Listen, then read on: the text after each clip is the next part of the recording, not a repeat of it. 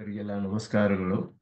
ಶ್ರೀನಿವಾಸೇತಿ ಶ್ರೇಷ್ಠದಯಾ ಪಾತ್ರಂ ಗುಣಾನ್ವಿತಃ ಕೌಶಿಕೋನಂತರಂಗಾರ್ಯಶ್ಚಿರಂ ವಿಜೇತಾಂ ಭುವಿ ಯಸ್ತಾತ್ಮೀಯಭರಂ ವರಪ್ರದ ಗುರುಂ ವೈರಾಗ್ಯಭಾಗ್ಯೋ ರಥೋ ವೇದಾಂತಾಮೃತಸಾರವಂತಮನಘಾತ್ ಶ್ರೀನಿವಾಸಾದ್ ಗುರೋಃ ಶ್ರೀಶೈಲಾನ್ವಯಕೌಸ್ತುಭಸ್ಥಿತನಯಂ ಶ್ರೇಯೋನಿಧೇ ಶ್ರೀನಿಧೇಃ ವಂದೇ ಸಾಧುಕಟಾಕ್ಷಕೇಳಿನಿಲಯಂ ಶ್ರೀಕೃಷ್ಣಸದ್ದೇಶಿಕಂ ಶ್ರೀವಾಸರಂಗಪರಕಾಲमुनित्रयाप्तलक्ष्मात्मरक्षणेति त्वयिगागमान्तम् आचार्यभक्तिपरिपूतमनर्घशीलं गोपालदेशिकमुनिं गुरुमाश्रयामः।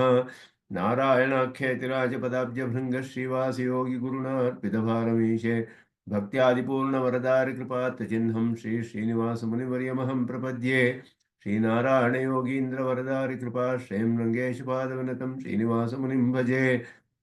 श्रीमान् वेङ्कटनाथार्यः कवितार्किः केसरी वेदान्ताचार्यवर्यो मे सन्निधत्तां सदा हृदि यो नित्यमच्युतपदाम्बुजयुग्मरुक्मं व्यामोहतस्तरितराणि दिनाय मेने अस्मद्गुरोर्भगवतोऽस्य देकसिन्धो रामानुजस्य चरणौ शरणं प्रपद्ये। विगाहे यामुनं तीर्थं साधुवृन्दावने स्थितं निरस्तजिह्मगस्पर्शेऽत्र कृष्णकृतादरः नाथेन मुनिनाथेन भवेयं नाथवानहं यस्य नैकमिकं तत्त्वं हस्तामलकथाङ्गतं यस्य सारस्वरस्रोतो वकुलामोदवासितं श्रुतीनां श्रमायालं शठारिं तमुपास्महे।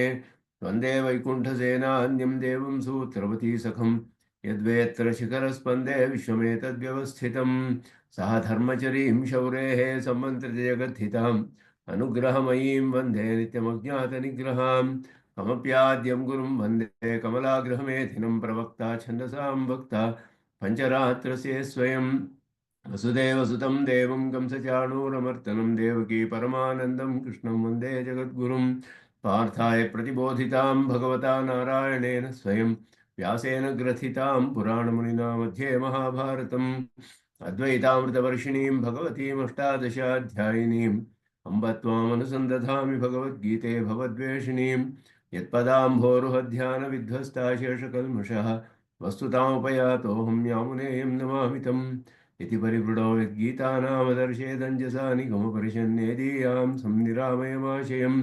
जलनपदवीयातायातश्रमापहरां धियं जनेतु समे देव श्रीमान् धनञ्जयसारथिः सन्तः सारलिहः चित्ततमः प्रमथिनीमिमां भजन्तु भगवद्गीता भाष्यतात्पर्यचन्द्रिकाम्। श्रीमते रामानुजाय नमः। निगमान्तमहादेशिकाय नमः।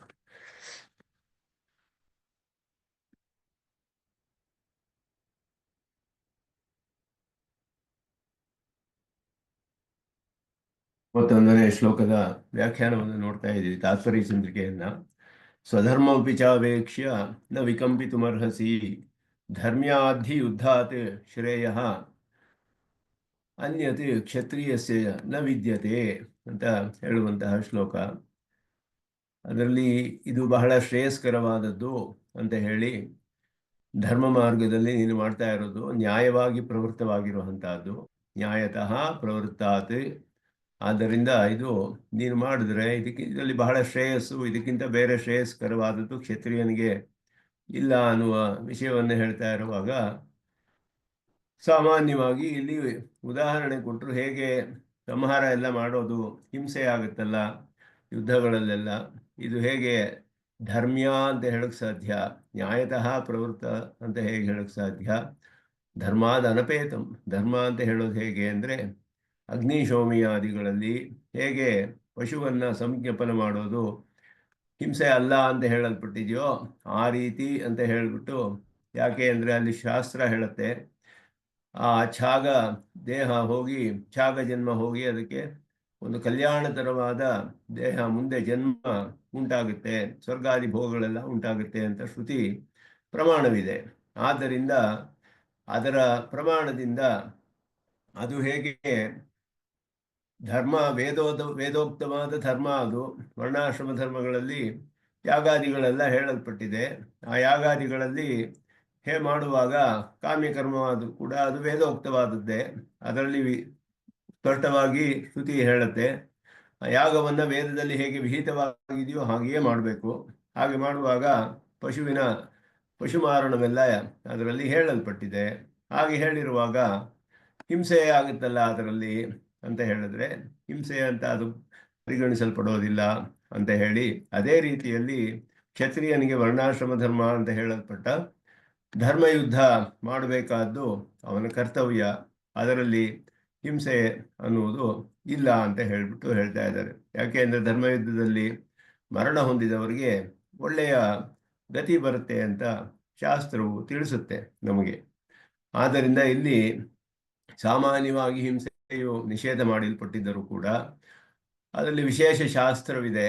ವಿಶೇಷ ಶಾಸ್ತ್ರವು ಹೇಳಿದ ಹಾಗೆ ಮಾಡಬೇಕು. ಅದು ವಿಶೇಷ ಶಾಸ್ತ್ರದಲ್ಲಿಯೂ ಕೂಡ ಈ ಹಿಂಸೆ ನಿಷೇಧ ಮಾಡಿರುವುದಕ್ಕೆ ವಿರೋಧ ಇಲ್ಲ ಅಂತ ಸ್ವಾಮಿ ದೇಶಿಕನ್ ಹೇಳ್ತಾರೆ. ಅದು ಅವರ ಸೂಕ್ಷ್ಮವಾದ ವಿಚಾರ ಮಾಡಿ ಹೇಳುವಂತಹ ವಿಷಯ ಸ್ವಾಮಿ ದೇಶಿಕನ್ ಹೇಳೋದು. ಅದರಲ್ಲಿ ಹಿಂಸೆ ನಿಷೇಧ ಹೇಳಲ್ಪಟ್ಟಿದೆ. ನ ಹಿಂಸ್ಯಾತ್ ಅನ್ನೋದು ಹಿಂಸೆಯ ನಿಷೇಧ ಶಾಸ್ತ್ರದಲ್ಲಿ ವಿಧಿಸಲ್ಪಟ್ಟಿದೆ, ಹಿಂಸೆ ಮಾಡಬಾರ್ದು ಅಂತ ಹೇಳಿ. ಯಜ್ಞಗಳಲ್ಲಿ ಹಿಂಸೆ ಇದೆಯೇ ಅಂದರೆ ಅಲ್ಲಿಯೂ ಹಿಂಸೆ ಹೇಳಲ್ಪಟ್ಟಿಲ್ಲ ಅನ್ನೋದೇ ಶಾಸ್ತ್ರಾರ್ಥ. ಆದ್ದರಿಂದ ಹಿಂಸೆ ಹೇಳಿದೆ, ಆದರೆ ಯಜ್ಞದ ವೇದವಿಹಿತವಾದ್ದರಿಂದ ಮಾಡಬಹುದು ಅನ್ನೋದು ಒಂದು ಸಾಮಾನ್ಯವಾದ ದೃಷ್ಟಿ, ಪಾಮರರಿಗೆ ಹೇಳುವಂತಹ ದೃಷ್ಟಿ ಅದು. ಆದರೆ ಶಾಸ್ತ್ರೀಯವಾದ ರೀತಿಯಲ್ಲಿ ನೋಡಿದ್ರೆ ಅದು ಹಿಂಸೆಯೇ ಅಲ್ಲ ಅಂತ ಸ್ವಾಮಿ ದೇಶಿಕನ್ ಹೇಳ್ತಾರೆ. ಆದ್ದರಿಂದ ಅಲ್ಲಿ ಹಿಂಸೆಯ ನಿಷೇಧಕ್ಕೆ ವಿರುದ್ಧವಾದದ್ದು ಯಾವುದೂ ಇಲ್ಲ, ಹಿಂಸೆ ಮಾಡಬೇಕು ಅಂತ ಇಲ್ಲ, ಅಲ್ಲಿ ಹಿಂಸೆ ಹೇಳಲ್ಪಟ್ಟಿಲ್ಲ ಅನ್ನೋದೇ ಸಾಮಾನ್ಯವಾಗಿ ಹೇಳಲ್ಪಟ್ಟಿರುವಂತಹದ್ದು. ಅದನ್ನ ಇಲ್ಲಿ ಸ್ಪಷ್ಟವಾಗಿ ಹೇಳ್ತಾರೆ. ಆದರೆ ಅದರಲ್ಲಿ ಪೂರ್ವ ಪಕ್ಷದಲ್ಲಿ ಹೇಳುವಾಗ ಸಾಂಖ್ಯರು ವಾದ ಮಾಡೋದು ಯಜ್ಞಗಳಲ್ಲಿ ಹಿಂಸೆ ಇದೆ ಅಂತಾನೆ ಹೇಳ್ತಾರೆ. ಯಾಕೆ ಅಂತ ಹೇಳಿದ್ರೆ ಹಿಂಸೆ ಇದೆ, ಆದರೂ ಯಜ್ಞಕ್ಕೆ ಉಪಯುಕ್ತವಾಗಿರೋದ್ರಿಂದ ಹಿಂಸೆ ಬಹಳ ಅಲ್ಪ. ಆ ಹಿಂಸೆಗೆ ಏನಾದರೂ ಒಂದು ಪರಿಹಾರ ಮಾಡ್ಕೋಬಹುದು, ಪ್ರಾಯಶ್ಚಿತ್ತಾದಿಗಳನ್ನು ಮಾಡಿ. ಸುಖವು ಅತ್ಯಧಿಕವಾಗಿರೋದ್ರಿಂದ ಇದು ಅದರಲ್ಲಿ ಪರವಾಗಿಲ್ಲ, ಅದು ಮಾಡಬಹುದು ಅಂತ ಹಾಗೆ ಹೇಳ್ತಾರೆ. ಹಿಂಸೆ ಇದೆ ಅಂತ ಒಪ್ಕೊಳ್ಬೇಕು ಅಂತ ಅವ್ರು ವಾದ ಮಾಡ್ತಾರೆ. ಆದರೆ ಅದು ಸರಿಯಲ್ಲ ಅಂತ ಸ್ವಾಮಿ ದೇಶಿಕನಲ್ಲಿ ತಿಳಿಸ್ತಾ ಇದ್ದಾರೆ. ಅವ್ರ ಪೂರ್ವಪಕ್ಷಿ ಹೇಳೋದು, ನಚ ಪ್ರತ್ಯವಾಯ ಸಾಧನಂ ನ ವಿಧೀಯತ ಇತಿ ವಾಚ್ಯಂ. ಪ್ರತ್ಯವಾಯ ಅಂದರೆ ಶಿಕ್ಷೆ, ಭಗವಂತನ ಶಿಕ್ಷೆ ಬರುವುದು, ದೋಷ ಉಂಟು ಮಾಡುವಂತಹದ್ದು. ಶಿಕ್ಷೆಗೆ ಕಾರಣವಾದದ್ದು ವಿಧಿಸಲ್ಪಡೋದಿಲ್ಲ. ಶ್ರುತಿಯಲ್ಲಿ ಸಾಮಾನ್ಯವಾಗಿ ನಾವು ಒಪ್ಕೊಂಡಿರೋದು ಅದುವೇ. ಪ್ರತ್ಯವಾಯವನ್ನು ತಡೆಯೋದಕ್ಕೆ ಪ್ರತ್ಯವಾಯ ಆಗದೇ ಇರುವಂತಹ ವಿಷಯಗಳು ಹೇಳಿದೆ. ಶ್ರುತಿಯಲ್ಲಿ ಹೇಳಿರೋದು ಮಾಡದೆ ಹೋದರೆ ಪ್ರತ್ಯವಾಯ ಉಂಟಾಗುತ್ತೆ. ಪ್ರತ್ಯವಾಯವನ್ನು ವಿಧಿಸೋದಿಲ್ಲ ಶ್ರುತಿ. ಯಾವುದರಿಂದ ಮಾಡಿದ್ರೆ ನಮಗೆ ಶಿಕ್ಷೆ ಬರುತ್ತೋ ಅದನ್ನು ಮಾಡಬೇಕು ಅಂತ ಶ್ರುತಿ ಹೇಳೋದಿಲ್ಲ. ಪೂರ್ವ ಪಕ್ಷಿ ಹೇಳ್ತಾನೆ ಅದು ಸರಿ ಇಲ್ಲ, ಪ್ರತ್ಯವಾಯಕ್ಕೆ ಸಾಧನವು ಶ್ರುತಿ ಹೇಳುತ್ತೆ ಅಂತ ಹೇಳ್ತಾರೆ. ಶಿಕ್ಷೆ ಬರೋದಕ್ಕೆ ನಿಮ್ಗೆ ಮಾಡಬೇಕಾದ್ದು ಹೇಳಿದೆ ಶ್ರುತಿ. ಹೇಗೆ ಅಂದ್ರೆ ಉದಾಹರಣೆ ಕೊಡ್ತಾರೆ ಲೌಕಿಕವಾಗಿ. ಅದಕ್ಕೆ ಹರಿತಕ ಭಕ್ಷಣಾದಿಷು ಇವ ಕ್ರತ್ವನು ಪ್ರವಿಷ್ಟ ಪ್ರಾಯಶ್ಚಿತ್ತ ಅರ್ಹ ಹಿಂಸಾ ಸಾಧ್ಯ ದುಃಖಸ್ಯ ಅಲ್ಪತೆಯ ಕ್ರತು ಸಾಧ್ಯ ಸುಖಸ್ಯ ಚ ಭೂಯಸ್ತಯ ತದುಪಪತ್ತೇ. ಪೂರ್ವಪಕ್ಷಿ ವಾದ ಮಾಡೋದು ಹೇಗೆ ಅಂದರೆ, ಹಿಂಸೆಯನ್ನ ವಿಧಿಸೋದು ಏನು ದೋಷವಿಲ್ಲ, ಶ್ರುತಿ ವಿಧಿಸಿರೋದು ಉಪಪನ್ನವಾಗಿದೆ ಅಂತ ಹೇಳಿದ್ರು. ಹೇಗೆ ಅಂತ ಹೇಳಿದ್ರೆ, ಈ ಹರಿತಕಿ ಭಕ್ಷಣ ಅಂತ, ಇದು ಹರಿತಕಿ ಅಂತ ಹೇಳಿದ್ರೆ ಅಳಲೆಕಾಯಿ ಅಂತ, ಕಡಕಾಯಿ ಅಂತ ಹೇಳ್ತಾರೆ ತಮಿಳಲ್ಲಿ, ಕಡಕ ಅಂತ ಅಳಲೆಕಾಯಿ. ಅದು ಅನೇಕ ವ್ಯಾಧಿಗಳಿಗೆ ಔಷಧಿ ಅಂತ ಹೇಳಲ್ಪಟ್ಟಿದೆ. ಆದರೆ ಅತ್ಯಂತ ಕಹಿಯಾದ ಪದಾರ್ಥ. ಅದನ್ನ ನಾವು ಹಾಕೋದಕ್ಕೆ ಬಾಯಲ್ಲಿ ಹಾಕೊಳ್ಳೋಕೆ ಆಗೋದೇ ಇರುವಂತಹದ್ದು. ಆದರೂ ಅದನ್ನು ತಗೊಳ್ತಾರೆ. ಯಾಕೆಂದ್ರೆ ರೋಗಗಳೆಲ್ಲ ವಾಸಿಯಾಗುತ್ತೆ, ವ್ಯಾಧಿಯನ್ನು ಗುಣಪಡಿಸುತ್ತೆ, ಅನೇಕ ವ್ಯಾಧಿಗಳನ್ನು ಗುಣಪಡಿಸುತ್ತೆ.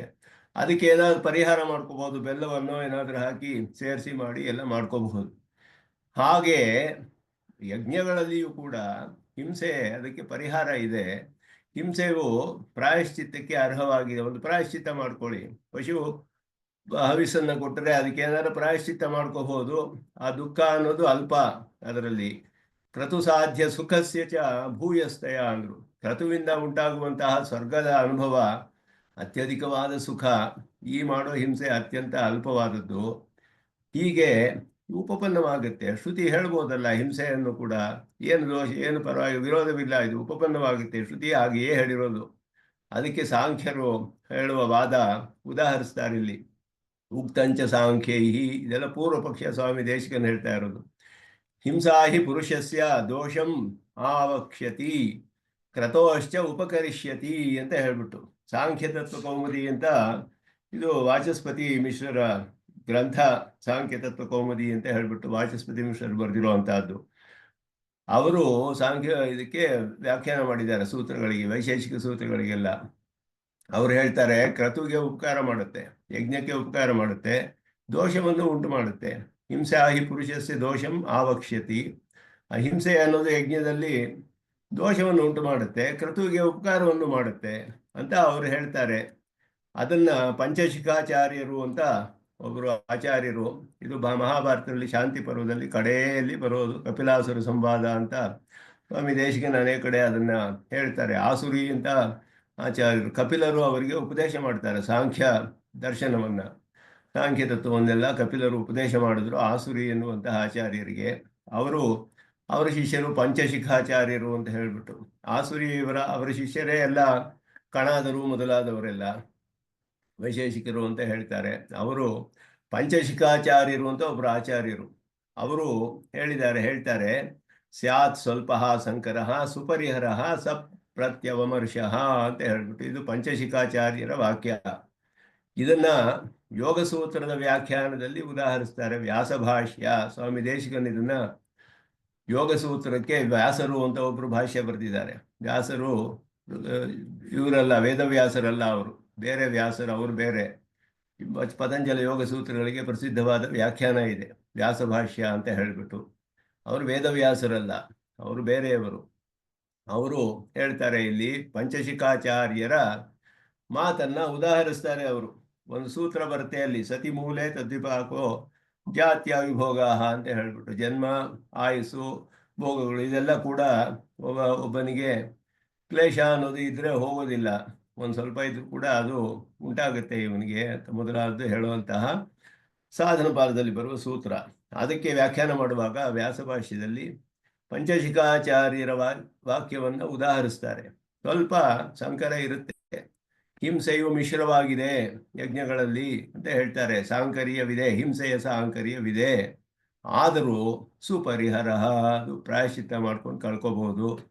ಅದನ್ನ ಹೇಗೆ ತಿಳಿಸ ಪ್ರತ್ಯವಮರ್ಷ ಅಂದ್ರೆ ಅನುಸಂಧಾನ ಮಾಡಿ ವಿವೇಕ ಯಾವ್ದು ಸರಿ ಇಲ್ಲ ಅಂತ ನೋಡಿದ್ರೆ ಇದು ಅತ್ಯಂತ ಅಲ್ಪ, ಸುಖ ಅನ್ನೋದು ಬಹಳ ಹೆಚ್ಚು ಅಂತ ತಿಳಿಯೋದ್ರಿಂದ ಅದನ್ನ ಪರಿಹಾರ ಮಾಡ್ಕೋಬಹುದು. ಹೀಗೆ ಒಂದು ವಾಕ್ಯವಿದೆ. ಇದೆಲ್ಲ ಸಾಂಖ್ಯರು ಮಾಡುವ ವಾದ. ಅದನ್ನ ಇದು ಪೂರ್ವ ಪಕ್ಷವನ್ನ ಸ್ವಾಮಿ ದೇಶಿಕನ್ ಹೇಳ್ತಾ ಇದ್ದಾರೆ. ಅಗ್ನಿಶೋಮಿ ಯವತ್ ಇತಿ ಅಸಿದ್ಧಸ್ಯ ಅಸಿದ್ಧಮೇವ ನಿದರ್ಶನಂ ಉಕ್ತಂ.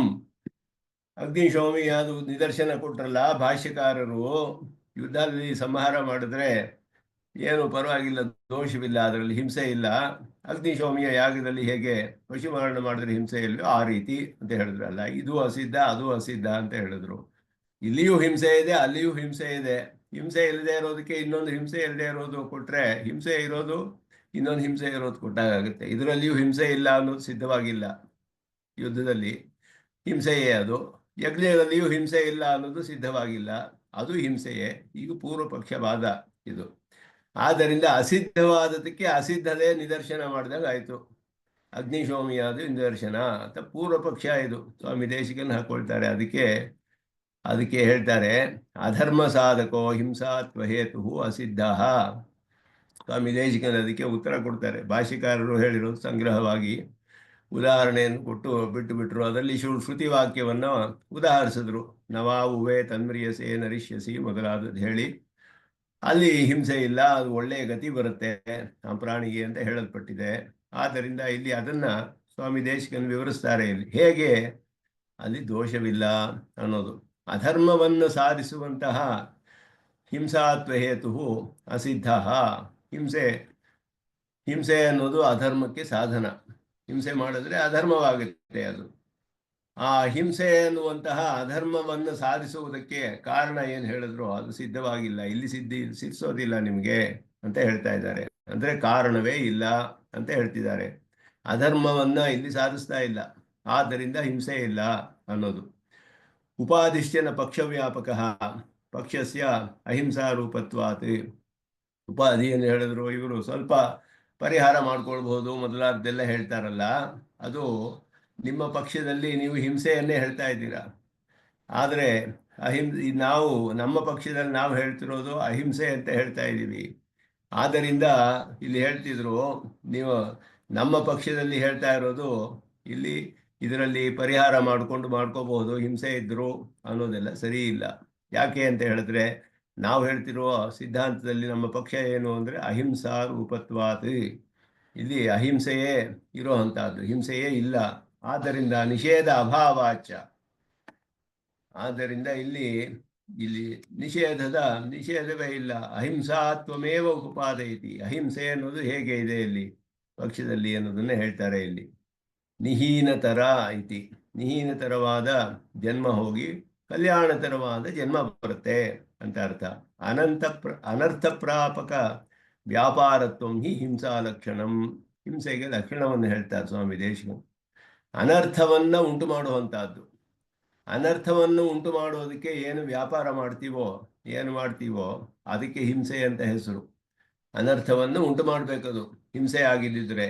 ಅತ್ರತು ತದ್ ವಿಪರೀತತ್ವೇನ ರಕ್ಷಣತ್ವೇನ ಯುಕ್ತಂ. ಅದಕ್ಕೆ ವಿರುದ್ಧವಾಗಿದೆ ಇಲ್ಲಿ. ಅನರ್ಥವನ್ನು ಉಂಟು ಮಾಡೋದಿಲ್ಲ, ಪುರುಷಾರ್ಥವನ್ನು ಉಂಟು ಮಾಡುತ್ತೆ. ಆದ್ದರಿಂದ ಇದು ರಕ್ಷಣವನ್ನೇ ಮಾಡುತ್ತೆಯೇ ಹೊರತು ಇದು ಹಿಂಸೆ ಅಲ್ಲ ಅನ್ನೋದು ಮಂತ್ರಲಿಂಗೇನ ಜ್ಞಾಪಯತಿ. ಮಂತ್ರದ ಒಂದು ಮಂತ್ರವನ್ನು ಉದಾಹರಿಸಿ ಅದನ್ನ ಜ್ಞಾಪಿಸ್ತಾರೆ. ನವಾವುವೆ ತನ್ಮ್ರಿಯಸೆ ಮೊದಲಾರಿದು. ಆದ್ದರಿಂದ ಇದು ಸುಗೇಭಿಹಿ ಇತಿ ಸುಗೈಹಿ, ಒಳ್ಳೆಯ ಮಾರ್ಗದಲ್ಲಿ ಪಿಷ್ಟ ಪಶ್ವಾದಿ ವಿಧಿಸ್ತು ಕಾರ್ತಯುಗ ಧರ್ಮನಿಷ್ಠ ಅಧಿಕಾರಿ ವಿಶೇಷಣೀಯತಃ. ಇಲ್ಲೊಂದು ಸ್ವಲ್ಪ ಅಧಿಕವಾದ ವಿಷಯ ಹೇಳ್ತಾರೆ ಇಲ್ಲಿ. ಪಶುಮಾರಣವನ್ನೆಲ್ಲ ಹೇಳಿರೋದು ವಿಶೇಷವಾಗಿ ಕೃತಯುಗದ ಧರ್ಮವನ್ನು ಅನುಷ್ಠಾನ ಮಾಡ್ತಾರಲ್ಲ ಆ ಅಧಿಕಾರಿಗಳಿಗೆ ವಿಶೇಷವಾಗಿ ಹೇಳಲ್ಪಟ್ಟಿದೆ. ಯಜ್ಞಾಗಾದಿಗಳು ಇವತ್ತು ನಾನು ನಮ್ಮ ತಂದೆಯವರ ಒಂದು ಲೇಖನವನ್ನ ಶೇರ್ ಮಾಡಿದ್ದೀನಿ ಗ್ರೂಪಲ್ಲಿ. ಯಜ್ಞದ ಮೇಲೆ ಭಗವದ್ಗೀತೆಯಲ್ಲಿ ವಿಶೇಷವಾದ ಅರ್ಥವಿದೆ ಯಜ್ಞಕ್ಕೆ. ಯಜ್ಞದ ಅರ್ಥ ಹೇಗೆ ಬೆಳೆದು ಬಂದಿದೆ, ಆಧ್ಯಾತ್ಮಿಕವಾಗಿ ಬಂದಿದೆ ಇಲ್ಲಿ ಭಗವದ್ಗೀತೆಯಲ್ಲಿ. ಅದು ಯಜ್ಞವಾಗಿತ್ತು. ಆವಾಗ ಅಧಿಕಾರಿಗಳಿಗೆ ಆ ವಿಧವಾದ ಒಂದು ಮನಸ್ಸಿನ ಇದು ಇತ್ತು, ಅವರಿಗೆ ದೃಢತೆ ಇತ್ತು, ಮನಸ್ಸಿನ ಶುದ್ಧಿ ಇತ್ತು. ಅವರಿಗೆ ಆ ವಿಧವಾದ ಜ್ಞಾನ ಶಕ್ತಿಗಳು ಕೃತಯುಗದಲ್ಲಿ ಇದ್ದವರು ಮಾಡ್ತಾ ಇದ್ದಿರಬಹುದು.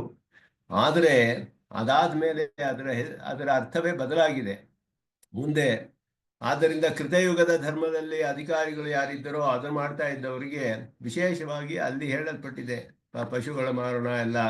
ಅದಕ್ಕೆ ಮಹಾಭಾರತದ ವಾಕ್ಯವನ್ನು ಉದಾಹರಿಸ್ತಾರೆ. ಪಶುಜ್ಞೈಹಿ ಕಥಂ ಹಿಂಸ್ರೈಹಿ ಮಾದೃಶೋ ಎಷ್ಟು ಮರ್ಹತಿ. ಇದು ಮಹಾಭಾರತದ ವಾಕ್ಯ. ಅಂದ್ರೆ ದ್ವಾಪರ ಯುಗದಲ್ಲಿ ಅದು ಇರಲಿಲ್ಲ ಅಂತ ತಿಳಿಯುತ್ತೆ ಕೆಲವು ವಾಕ್ಯಗಳಲ್ಲಿ ನಮಗೆ.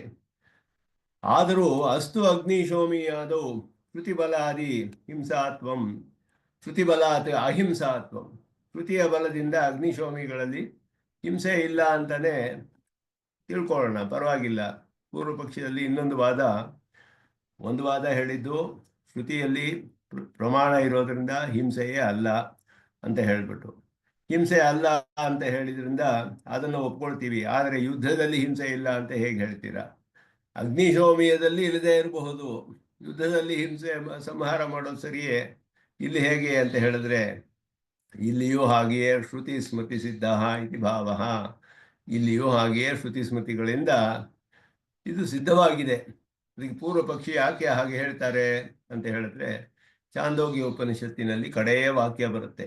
ಕಡೆಯ ವಾಕ್ಯ ಬರುವಾಗ ಒಬ್ಬನು ಆಚಾರ್ಯರಲ್ಲಿ ಹೋಗಿ ಅಧ್ಯಯನವನ್ನೆಲ್ಲ ಮಾಡಿ ಕುಟುಂಬಿಯಾಗಿ ಧರ್ಮ ಪ್ರವರ್ತನೆಯನ್ನು ಮಾಡಿಕೊಂಡು ಯಾಜನಗಳನ್ನೆಲ್ಲ ಮಾಡಿಕೊಂಡು ಯಾರನ್ನು ಹಿಂಸೆ ಮಾಡದೆ, ಇಂದ್ರಿಯಗಳನ್ನೆಲ್ಲ ನಿಗ್ರಹ ಮಾಡಿ ಯಾರನ್ನು ಹಿಂಸೆ ಮಾಡದೆ ಧರ್ಮವನ್ನೆಲ್ಲ ಸ್ಥಾಪನೆ ಮಾಡಿ ಈಗೆಲ್ಲ ಯಾವ ಜೀವವು ಇದ್ದು ಉಪಾಸನೆಯನ್ನು ಮಾಡಿ ಮೋಕ್ಷವನ್ನು ಪಡಿತಾನೆ, ನಚ ಪುನರಾವರ್ತತೆ ಅಂತ ಮುಗಿಯುತ್ತೆ ವಾಕ್ಯ. ಅದು ಒಂದು ದೊಡ್ಡ ವಾಕ್ಯ. ಒಬ್ಬ ಬ್ರಾಹ್ಮಣನಿಗೆ ವೇದಾಧಿಕಾರಿಗೆ ಮಾಡುವಂತಹ ಕಾರ್ಯಗಳನ್ನೆಲ್ಲ ಅಲ್ಲಿ ಹೇಳುವಂತಹದ್ದು. ಅಲ್ಲಿ ಹೇಳುವಾಗ ಆ ವಾಕ್ಯದಲ್ಲಿ ಬರುತ್ತೆ ಅಹಿಂಸನ್ ಸರ್ವಭೂತಾನಿ ಅನ್ಯತ್ರ ತೀರ್ಥೇಭ್ಯ ಅಂತ ಹೇಳಿ. ಅನ್ಯತ್ರ ತೀರ್ಥೇಭ್ಯ ಅಂದರೆ ಯಾಗಾದಿಗಳನ್ನು ಬಿಟ್ಟು ಅಂತ ಅರ್ಥ ಇದೆ. ತೀರ್ಥ ಅನ್ನುವುದು ಯಜ್ಞಯಾಗಾದಿಗಳನ್ನು ತಿಳಿಸುತ್ತೆ, ಶಾಸ್ತ್ರೀಯವಾದ ಕರ್ಮಗಳು. ಯಾರನ್ನು ಹಿಂಸೆ ಮಾಡದೆ, ಯಾವ ಪ್ರಾಣಿಯನ್ನು ಹಿಂಸೆ ಮಾಡದೆ, ಅಹಿಂಸನ್ ಸರ್ವಭೂತಾನಿ ಅನ್ಯತ್ರ ತೀರ್ಥೇಭ್ಯ ಶ್ರುತಿ ಹೇಳ್ಬಿಡ್ತು. ಅಂದ್ರೆ ಇಲ್ಲಿ ಹಿಂಸೆ ಇದೆ ಅಂತ ಶ್ರುತಿಯ ಅಭಿಪ್ರಾಯ ಅಂತ ತಿಳಿಯುವಂಗಿದೆ. ಯಾರು ಯಾವ ಪ್ರಾಣಿಯನ್ನು ಹಿಂಸೆ ಮಾಡಬಹುದು, ಯಜ್ಞ ಆಗಾದಿಗಳನ್ನು ಬಿಟ್ಟು ಅಂತ ಹೇಳಿದ್ರೆ ಯಜ್ಞ ಆಗಾದಿಗಳು ಹಿಂಸೆ ಇದೆ ಅಂತ ಅರ್ಥ ಬರುತ್ತಲ್ಲ ಇಲ್ಲಿ. ಅದು ಪೂರ್ವ ಪಕ್ಷಿ ಹೇಳ್ತಾರೆ. ಇತ್ಯಾದಿನ ಅಗ್ನಿಶೋಮಿಯಾದೇಹೇ ಅನ್ಯಸ್ಯ ಹಿಂಸಾತ್ವ ಪ್ರತೀಯತೆ ಅದ್ಯಾಪಿ ಅದೇ ಅನ್ಯಸ್ಯ ಹಿಂಸಾತ್ವಂ, ಅಗ್ನಿಶೋಮಿಯಾಗಳಲ್ಲಿ ಹಿಂಸೆ ಇದೆ ಅಂತ ಗೊತ್ತಾಗುತ್ತಲ್ಲ ಇಲ್ಲಿ. ಅನ್ಯಥಾ ಅನ್ಯತ್ರ ಇತಿ ತದ್ ವ್ಯವಚ್ಛೇದ ಅನುಪಪತ್ತೇ, ಇಲ್ಲದೆ ಹೋದ್ರೆ ಅದನ್ನ ಬೇರೆಯಾಗಿ ಸಪ್ರೇಟಾಗಿ ಹೇಳಬೇಕಾಗಿರಲಿಲ್ಲ. ಬೇರೆಯಾಗಿ ಯಾಕೆ ಹೇಳಬೇಕು? ಅನ್ಯತ್ರ ತೀರ್ಥೇಭ್ಯ ಅಂತ ಹೇಳಬೇಕಾಗಿರಲಿಲ್ಲ. ಹಿಂಸೆಯೇ ಇಲ್ಲ ಅಂತ ಅಭಿಪ್ರಾಯವಾಗಿದ್ದರೆ ಶ್ರುತಿಗೆ ಅಹಿಂಸನ್ ಸರ್ವಭೂತಾನಿ ಹೇಳಿದ್ರೆ ಸಾಕಾಗಿರೋದು. ಯಾಕೆಂದ್ರೆ ಅವನಿಗೆ ಯಜ್ಞ ಮಾಡಿಕೊಂಡು ಧರ್ಮವನ್ನು ಸ್ಥಾಪನೆ, ಧಾರ್ಮಿಕ ನೈವೇದ್ಯತೆ ಮೊದಲಾದದ್ದೆಲ್ಲ ಹೇಳಲ್ಪಟ್ಟಿದೆ ಅಲ್ಲಿ. ಇದೆಲ್ಲ ಹೇಳಿರುವಾಗ ಅನ್ಯತ್ರ ತೀರ್ಥೇಭ್ಯ ಅಂತ ಯಾಕೆ ಹೇಳಬೇಕು? ವಿಶೇಷವಾಗಿ ಅಲ್ಲಿ ಹಿಂಸೆ ಇದೆ ಅಂತ ತಾನೇ ತಿಳಿದು ಬರುತ್ತೆ ಅಂತ ಪೂರ್ವ ಪಕ್ಷಿ. ಅದಕ್ಕೆ ಅದು ವಿವರಿಸ್ತಾರೆ ಇಲ್ಲಿ. ನ ತಾವದಿಹ ದುಃಖ ಜನನ ಮಾತ್ರ ಹಿಂಸಾ ರಕ್ಷಣ ರೂಪೇಶು ಚಿಕಿತ್ಸಕ ಶಲ್ಯ ಪ್ರಯೋಗಾದಿಶು ಅಪಿ ಪ್ರಸಂಗಾತ್. ದುಃಖವನ್ನು ಉಂಟು ಮಾಡೋದೇ ಹಿಂಸೆ ಅಂತ ಪರಿಗಣಿಸಲ್ಪಡೋದಿಲ್ಲ. ಯಾಕೆ ಅಂದರೆ ರಕ್ಷಣೆ ಮಾಡುವಂತಹ ಶಸ್ತ್ರಚಿಕಿತ್ಸೆಗಳಲ್ಲಿಯೂ ಹಿಂಸೆ ಆಗುತ್ತೆ. ಆವಾಗ ಅದು ಮಾಡೋಕ್ಕಾಗೋದಿಲ್ಲ. ಹಿಂಸನ್ ಸರ್ವಭೂತಾನಿ ಅಂದರೆ ಶಸ್ತ್ರಚಿಕಿತ್ಸೆ ಮಾಡೋ ಹಾಗಿಲ್ಲ, ಡಾಕ್ಟರ್ಗಳು ಆಪರೇಷನ್ನೇ ಮಾಡೋ ಹಾಗಿಲ್ಲ. ಆವಾಗ ಹಿಂಸನ್ ಸರ್ವಭೂತಾನಿ ಅಂತ ಹೇಳಿದ್ರೆ ಅಲ್ಲಿ ಹಿಂಸೆ ಅಂತ ಅದು ಹೇಳಲ್ಪಡೋದಿಲ್ಲ, ಅದು ಹಿಂಸೆಯೇ ಅಲ್ಲ ಅಂತ ಹೇಳ್ತಾರೆ. ನಾಪಿ ಪ್ರಾಣ ವಿಯೋಜನ ಮಾತ್ರ, ಪ್ರಾಣವನ್ನು ಹೋಗಿಸೋದು ಮಾತ್ರವೇ ಅಲ್ಲ, ಅತದ್ರೂಪೇಶು ಸರ್ವಸ್ವ ಹರಣ ನಾರಕ ಪೀಡಾದಿಶು ಹಿಂಸಾ ಶಬ್ದ ಪ್ರಯೋಗ ದರ್ಶನಾತ್. ಬೇರೆ ಕಡೆಯೂ ಹಿಂಸೆ ಹೇಳಲ್ಪಟ್ಟಿದೆ. ನರಕದಲ್ಲಿ ಅವನು ಹೋಗಿ ಹಿಂಸೆ ಅನುಭವಿಸ್ತಾನೆ. ಎಲ್ಲರನ್ನೂ ಅಪಹಾರ ಮಾಡೋದು ಹಿಂಸೆ ಅಂತ ಹೇಳಲ್ಪಟ್ಟಿದೆ. ಈ ರೀತಿ ಎಲ್ಲ ಹೇಳಲ್ಪಟ್ಟಿದೆ. ನಚಾಯ ಉಪಚಾರ, ಇದು ಔಪಚಾರಿಕವಾದ ಪ್ರಯೋಗವಲ್ಲ, ಅದಕ್ಕೆ ಯಾವ ನಿಯಾಮಕವೂ ಇಲ್ಲ. ವಿಪರಿವರ್ತಸ್ಯಾಪಿ ದುರ್ವಾಣತ್ವ ಅತಃ ಅನರ್ಥ ಪರ್ಯವಸಿತ ತಾದಾತ್ವಿಕ ದುಃಖ ಜನಕೋ ವ್ಯಾಪಾರ ಹಿಂಸಾ. ಒಂದು ಪೂರ್ಣವಾದ ಲಕ್ಷಣವನ್ನು ಹೇಳ್ತಾರೆ ಸ್ವಾಮಿ ದೇಶಿಕನ್. ಹಿಂಸೆ ಅಂದ್ರೆ ಏನು? ಅನರ್ಥದಲ್ಲಿ ಕೊನೆಗೊಳ್ಳಬೇಕು. ಅನರ್ಥ ಪರ್ಯವಸಿತ, ಅನರ್ಥದಲ್ಲಿ ಮುಗಿಬೇಕದು. ಅಂದ್ರೆ ಕಡೆಯಲ್ಲಿ ಅನರ್ಥವನ್ನೇ ಉಂಟು ಮಾಡಬೇಕು. ತಾದಾತ್ವಿಕ ದುಃಖ ಜನಕ, ಆ ಕಾಲದಲ್ಲಿ ತತ್ಕಾಲದಲ್ಲಿ ದುಃಖವನ್ನು ಉಂಟು ಮಾಡಿ ಅನರ್ಥದಲ್ಲಿ ಮುಗಿಬೇಕದು. ಅದಕ್ಕೆ ಹಿಂಸೆ ಅಂತ ಹೇಳಬೇಕು. ಶಸ್ತ್ರಚಿಕಿತ್ಸೆ ತತ್ಕಾಲದಲ್ಲಿ ನಮಗೆ ನೋವು ಉಂಟು ಮಾಡಿದ್ರು ಅದು ಅನರ್ಥದಲ್ಲಿ ಮುಗಿಯೋದಿಲ್ಲ, ಅರ್ಥದಲ್ಲಿ ಮುಗಿಯುತ್ತೆ, ನಮಗೆ ರಕ್ಷಣೆಯನ್ನು ಮಾಡುತ್ತೆ. ಅದೇ ರೀತಿಯಲ್ಲಿಯೇ ಅಗ್ನಿಶೋಮಿಯಾದಿಗಳು ಹಾಗೆಯೇ, ಅದೇ ರೀತಿಯಲ್ಲಿ ಧರ್ಮಯುದ್ಧದಲ್ಲಿ ಮಾಡುವ ಸಂಹಾರ ಮೊದಲಾದದ್ದು ಹಾಗೆಯೇ. ಎಲ್ಲದಕ್ಕೂ ಒಳ್ಳೆಯ ಗತಿ ಹೇಳಲ್ಪಟ್ಟಿರೋದ್ರಿಂದ ಅನರ್ಥ ಪರ್ಯವಸಾನ ಇಲ್ಲ ಇದು ಯಾವುದು. ಆದ್ದರಿಂದ ಇದು ಹಿಂಸೆ ಅಂತ ಹೇಳೋದಿಲ್ಲ ಅಂತ ಹೇಳಿದೆ. ಅನ್ಯತ್ರ ತೀರ್ಥೇಭ್ಯ ಅಂತ ಯಾಕೆ ಹೇಳಿದೆ? ಇತ್ಯೇತತ್ ಪಶ್ವಾದೇಹೇ ಭಾವಿ ಪುರುಷಾರ್ಥ ವಿಶೇಷ ಅನಭಿಜ್ಞ ಪಾಮರ ದೃಷ್ಟಿಯ ಉಕ್ತಂ. ಪಾಮರರ ದೃಷ್ಟಿಯಿಂದ ಹೇಳಿದೆ. ಜ್ಞಾನಿಗಳಿಗೆ ಇದರ ಹೇಳಬೇಕಾಗಿದ್ದ ನೆಸಿಟಿನೇ ಇಲ್ಲ, ಅದಕ್ಕೆ ಅದರ ಒಂದು ಅವಶ್ಯಕತೆಯೇ ಇಲ್ಲ. ತಿಳಿದವ್ರಿಗೆ ಹೇಳಬೇಕಾಗಿಲ್ಲ, ತಿಳಿದೇ ಇರೋರಿಗೆ ಹೇಳಬೇಕಲ್ಲ. ಆ ಒಂದು ದೃಷ್ಟಿಯಿಂದ ಇದು ಹೇಳಲ್ಪಟ್ಟಿದೆ ಅಂತ ಹೇಳೋದು. ತಸ್ಮಿನ್ನಪಿ ವಾಕ್ಯ ಹಿಂಸಾತ್ವ ನಾಸ್ತಿ ಇತ್ಯೇವ ತಾತ್ಪರ್ಯಂ. ತಾತ್ಪರ್ಯ ಏನು? ಅದರಲ್ಲಿಯೂ ಕೂಡ ಹಿಂಸೆ ಅನ್ನುವುದೇ ಇಲ್ಲ. ಮನು ಹೇಳಿರೋದು ಕೂಡ ಯಜ್ಞಾತ್ ತಸ್ಮಾತ್ ಯಜ್ಞೇ ವಧಃ ಅವಧಃ. ಇಲ್ಲಿಯೂ ಕೂಡ ವಧ ಅನ್ನುವ ಶಬ್ದ ಉಪಯೋಗಿಸಿದ್ರು. ಯಜ್ಞದಲ್ಲಿ ವಧೆ ಅನ್ನೋದು ವಧೆಯಲ್ಲ ಅಂತ ಹೇಳಿದ್ರೆ ವಧೆ ಅನ್ನೋ ಶಬ್ದ ಉಪಯೋಗಿಸ್ಬಿಟ್ರಲ್ಲ, ಅದನ್ನು ಹೇಳ್ತಾರೆ. ಅತ್ರಾಪಿ ವಧೆ ಇತಿ ಪಾಮರ ದೃಷ್ಟಿಯ ಅನುವಾದ. ತಿಳಿದೇ ಇರೋರಿಗೆ ಅದು ವಧ ಅಂತ ಹೇಳಿದ್ರೆ ಅರ್ಥವಾಗುತ್ತೆ ಅವರಿಗೆ. ಆದ್ದರಿಂದ ವಧ ಅನ್ನುವ ಶಬ್ದ ಉಪಯೋಗಿಸಿದೆಯೇ ಹೊರತು ಇದು ವಧವೇ ಅಲ್ಲ, ಅವಧವೇ ಇದು ಅಂತ ಸ್ವಾಮಿ ದೇಶಿಕನ್ ಸ್ಪಷ್ಟಪಡಿಸ್ತಾರೆ. ಅವಧಃ ಇತಿ ತತ್ವಕಥನಂ. ತತ್ವ ಏನು ಅಂದರೆ ಅವಧೆ. ಆದ್ದರಿಂದ ಯದ್ಯಪಿ ಕೃತ್ವನು ಪ್ರವಿಷ್ಟಾನಾಂ ಸೋಮೋಚ್ಛಿಷ್ಟ ಭಕ್ಷಣ ಪ್ರಭೃತೀನಾಂ ಹಿಂಸಾಲಕ್ಷಣವತೇನ ಲಕ್ಷಣಾಂತರೇಣ ವ್ಯವಚ್ಛೇದ ಶಕ್ಯ ತಥಾಪಿ ತೇಷಾಂ ಪ್ರತ್ಯವಾಯ ಅನಾಧಾಯಕತ್ವವಚನ ಬಲಾದೇವ ತದಾತು ಅಂಗೀಕುರ್ಮಃ ಅಂತ ಹೇಳಿದ್ವಿ. ಈ ಸೋಮಭಕ್ಷಣ ಮೊದಲಾದದ್ದು ಕೂಡ ಹಿಂಸಾ ಲಕ್ಷಣದಲ್ಲಿ ಏನಾದರೂ ಇದೆಯೋ ಅದರಲ್ಲಿಯೂ ಕೂಡ. ಯಾಕೆ ಅಂತ ಹೇಳಿದ್ರೆ ಕಡೆಯಲ್ಲಿ ಅವನಿಗೆ ಬರೋದು, ಅವನಿಗೆ ನಿರ್ಶೇಷಕ ಏನು ಬರೋದಿಲ್ಲ. ಕ್ರತುವಲ್ಲಿ ಇರುವ ಸೋಮೋಚ್ಛಿಷ್ಟ ಭಕ್ಷಣವಾಗಲಿ ಮೊದಲಾದದ್ದು ಕೂಡ ಹಿಂಸಾ ಲಕ್ಷಣವತೆ ಲಕ್ಷಣಾಂತರೇನ ವ್ಯವಚ್ಛೇದ ಶಕ್ಯ. ಬೇರೆ ಒಂದು ಲಕ್ಷಣ ಹೇಳಕ್ಕಾಗೋದಿಲ್ಲ. ಹಿಂಸೆ ಲಕ್ಷಣದಂತೆ ಉಚ್ಚಿಷ್ಟ ಭಕ್ಷಣ ಅದನ್ನೆಲ್ಲ ಬೇರೆ ಹೇಳಕ್ಕಾಗೋದಿಲ್ಲ. ಪ್ರತ್ಯವಾಯ ಅನ್ನೋದು ಉಂಟಾಗೋದಿಲ್ಲ ಅದರಿಂದ. ಆದ್ದರಿಂದ ಅದಕ್ಕೆ ಈ ಹಿಂಸೆ ಅಲ್ಲ ಅಂತಾನೆ ಸ್ವೀಕಾರ ಮಾಡಿದ್ದೀವಿ ಅಂತ ಹೇಳ್ತಾರೆ. ಪುನಃ ಕ್ರತ್ವರ್ಥತೆಯ ವಿಧಾನ ಮಾತ್ರೇಣ, ಕ್ರತುಗೆ ಅದು ವಿಧಿಸಲ್ಪಟ್ಟಿದೆ. ಆದ್ದರಿಂದ ವಿಧಿಸಲ್ಪಟ್ಟಿರೋದ್ರು ಇದರಲ್ಲಿ ಪ್ರತ್ಯವಾಯವಿಲ್ಲ. ಶ್ರುತಿಯಲ್ಲಿ ವಿಧಿಸಲ್ಪಟ್ಟಿರೋದಕ್ಕೆ ಪ್ರತ್ಯವಾಯವನ್ನು ವಿಧಿಸೋದಿಲ್ಲ ಶ್ರುತಿ. ಇಲ್ಲಿ ಮುಖ್ಯವಾಗಿ ನಾವು ತಿಳಿಬೇಕಾದದ್ದು 2-3 ವಿಷಯಗಳು. ಒಂದು, ಶ್ರುತಿ ಪ್ರತ್ಯವಾಯವನ್ನು ಉಂಟು ಮಾಡುವ ವಿಷಯವನ್ನು ವಿಧಿಸೋದಿಲ್ಲ. ಶ್ರುತಿಯಲ್ಲಿ ಏನು ವಿಧಿಸಿದ್ರೂ ಅದು ಒಬ್ಬ ಮನುಷ್ಯನ ಪುರುಷಾರ್ಥ ಸಾಧನೆಗೆ ಆಗುತ್ತದು. ಯಾವುದಾದೊಂದು ಧರ್ಮಾರ್ಥ ಕಾಮ ಮೋಕ್ಷಗಳ ಪುರುಷಾರ್ಥಕ್ಕೆ ಸಾಧನವಾಗುತ್ತೆಯೇ ಹೊರತು ಶ್ರುತಿಯಲ್ಲಿ ವಿಧಿಸಿರೋದು ಪ್ರತ್ಯವಾಯಕ್ಕೆ ವಿಧಿಸೋದಿಲ್ಲ. ಪ್ರತ್ಯವಾಯ ಉಂಟು ಮಾಡೋದನ್ನು ನಿಷೇಧಿಸುತ್ತೆ ಶ್ರುತಿ. ಆದ್ದರಿಂದ ಶ್ರುತಿಯಲ್ಲಿ ವಿಹಿತವಾಗಿದ್ದರೆ ಅದರಲ್ಲಿ ಪ್ರತ್ಯವಾಯ ಇಲ್ಲ ಅಂತಾನೆ ಅರ್ಥ. ಅದಕ್ಕೆ ಅದನ್ನು ಸ್ಪಷ್ಟಪಡಿಸ್ತಾರೆ ಇಲ್ಲಿ. ಅದರಿಂದ ಇಲ್ಲಿ ನಾನು ಏವಂ ಉತ್ಸರ್ಗ ಅಪವಾದ ನ್ಯಾಯಕ್ಕೆ ಕೀದೃಶಃ ವಿಷಯ. ಈ ಉತ್ಸರ್ಗ ಅಪವಾದ ನ್ಯಾಯಗಳೆಲ್ಲ ಹೇಳಿದ್ರಲ್ಲ, ವಿಶೇಷ ಶಾಸ್ತ್ರ. ಉತ್ಸರ್ಗ ಅನ್ನೋದು ಸಾಮಾನ್ಯ ಶಾಸ್ತ್ರ, ಅಪವಾದ ಅನ್ನೋದು ಎಕ್ಸೆಪ್ಷನ್ಸ್, ವಿಶೇಷ ಶಾಸ್ತ್ರ. ಅದಕ್ಕೆ ಹೇಳ್ತಾರೆ ಏನು ಯಾವುದು ವಿಷಯ ಇದಕ್ಕೆ ಅಂದರೆ, ಯತ್ರ ನಿರವಕಾಶ ವಿಶೇಷ ವಾಕ್ಯ ವಿರೋಧಾದೇವ ಸಾವಕಾಶ ಸಾಮಾನ್ಯ ಶಬ್ದ ಸಂಕೋಚ. ಇದು ಸಾಮಾನ್ಯ ಶಾಸ್ತ್ರೀಯವಾಗಿ ಹೇಳೋದು. ಹೇಳ್ತಾರೆ ನಿರವಕಾಶ ಅಪವಾದಸ್ಯ ಬೀಜಂ ಅಂತ ಪ್ರಸಿದ್ಧವಾದ ವಾಕ್ಯ. ನಿರವಕಾಶ ಅಪವಾದಸ್ಯ ಬೀಜಂ. ಕೆಲವುದಕ್ಕೆ ಒಂದು ಉತ್ಸರ್ಗನ ನ್ಯಾಯ ಇರುತ್ತೆ, ಸಾಮಾನ್ಯವಾಗಿ ಹೀಗೆ ಮಾಡಬೇಕು ಅಂತ ಇರುತ್ತೆ. ಆದರೆ ಕೆಲವು ಕಡೆ ಅದನ್ನು ಮೀರಬೇಕಾಗುತ್ತೆ, ಎಕ್ಸೆಪ್ಷನ್ಸ್ ಅಂತ ಹೇಳೋದು. ಆಗ ಅದಕ್ಕೂ ಅವಕಾಶ ಉಂಟಾಗಬೇಕಾದ್ರೆ ಅದಕ್ಕೆ ಅಪವಾದ ಶಾಸ್ತ್ರ ಅಂತ ಹೆಸರು. ಇದು ಅನೇಕ ಎಲ್ಲ ಶಾಸ್ತ್ರಗಳಲ್ಲೂ, ನ್ಯಾಯಶಾಸ್ತ್ರವಾಗಲಿ ವ್ಯಾಕರಣ ಶಾಸ್ತ್ರದಲ್ಲಿಯೂ ಹಾಗೆಯೇ ಒಂದು ಪ್ರತ್ಯಯವನ್ನು ವಿಧಿಸ್ತಾರೆ ಪಾಣಿನಿ.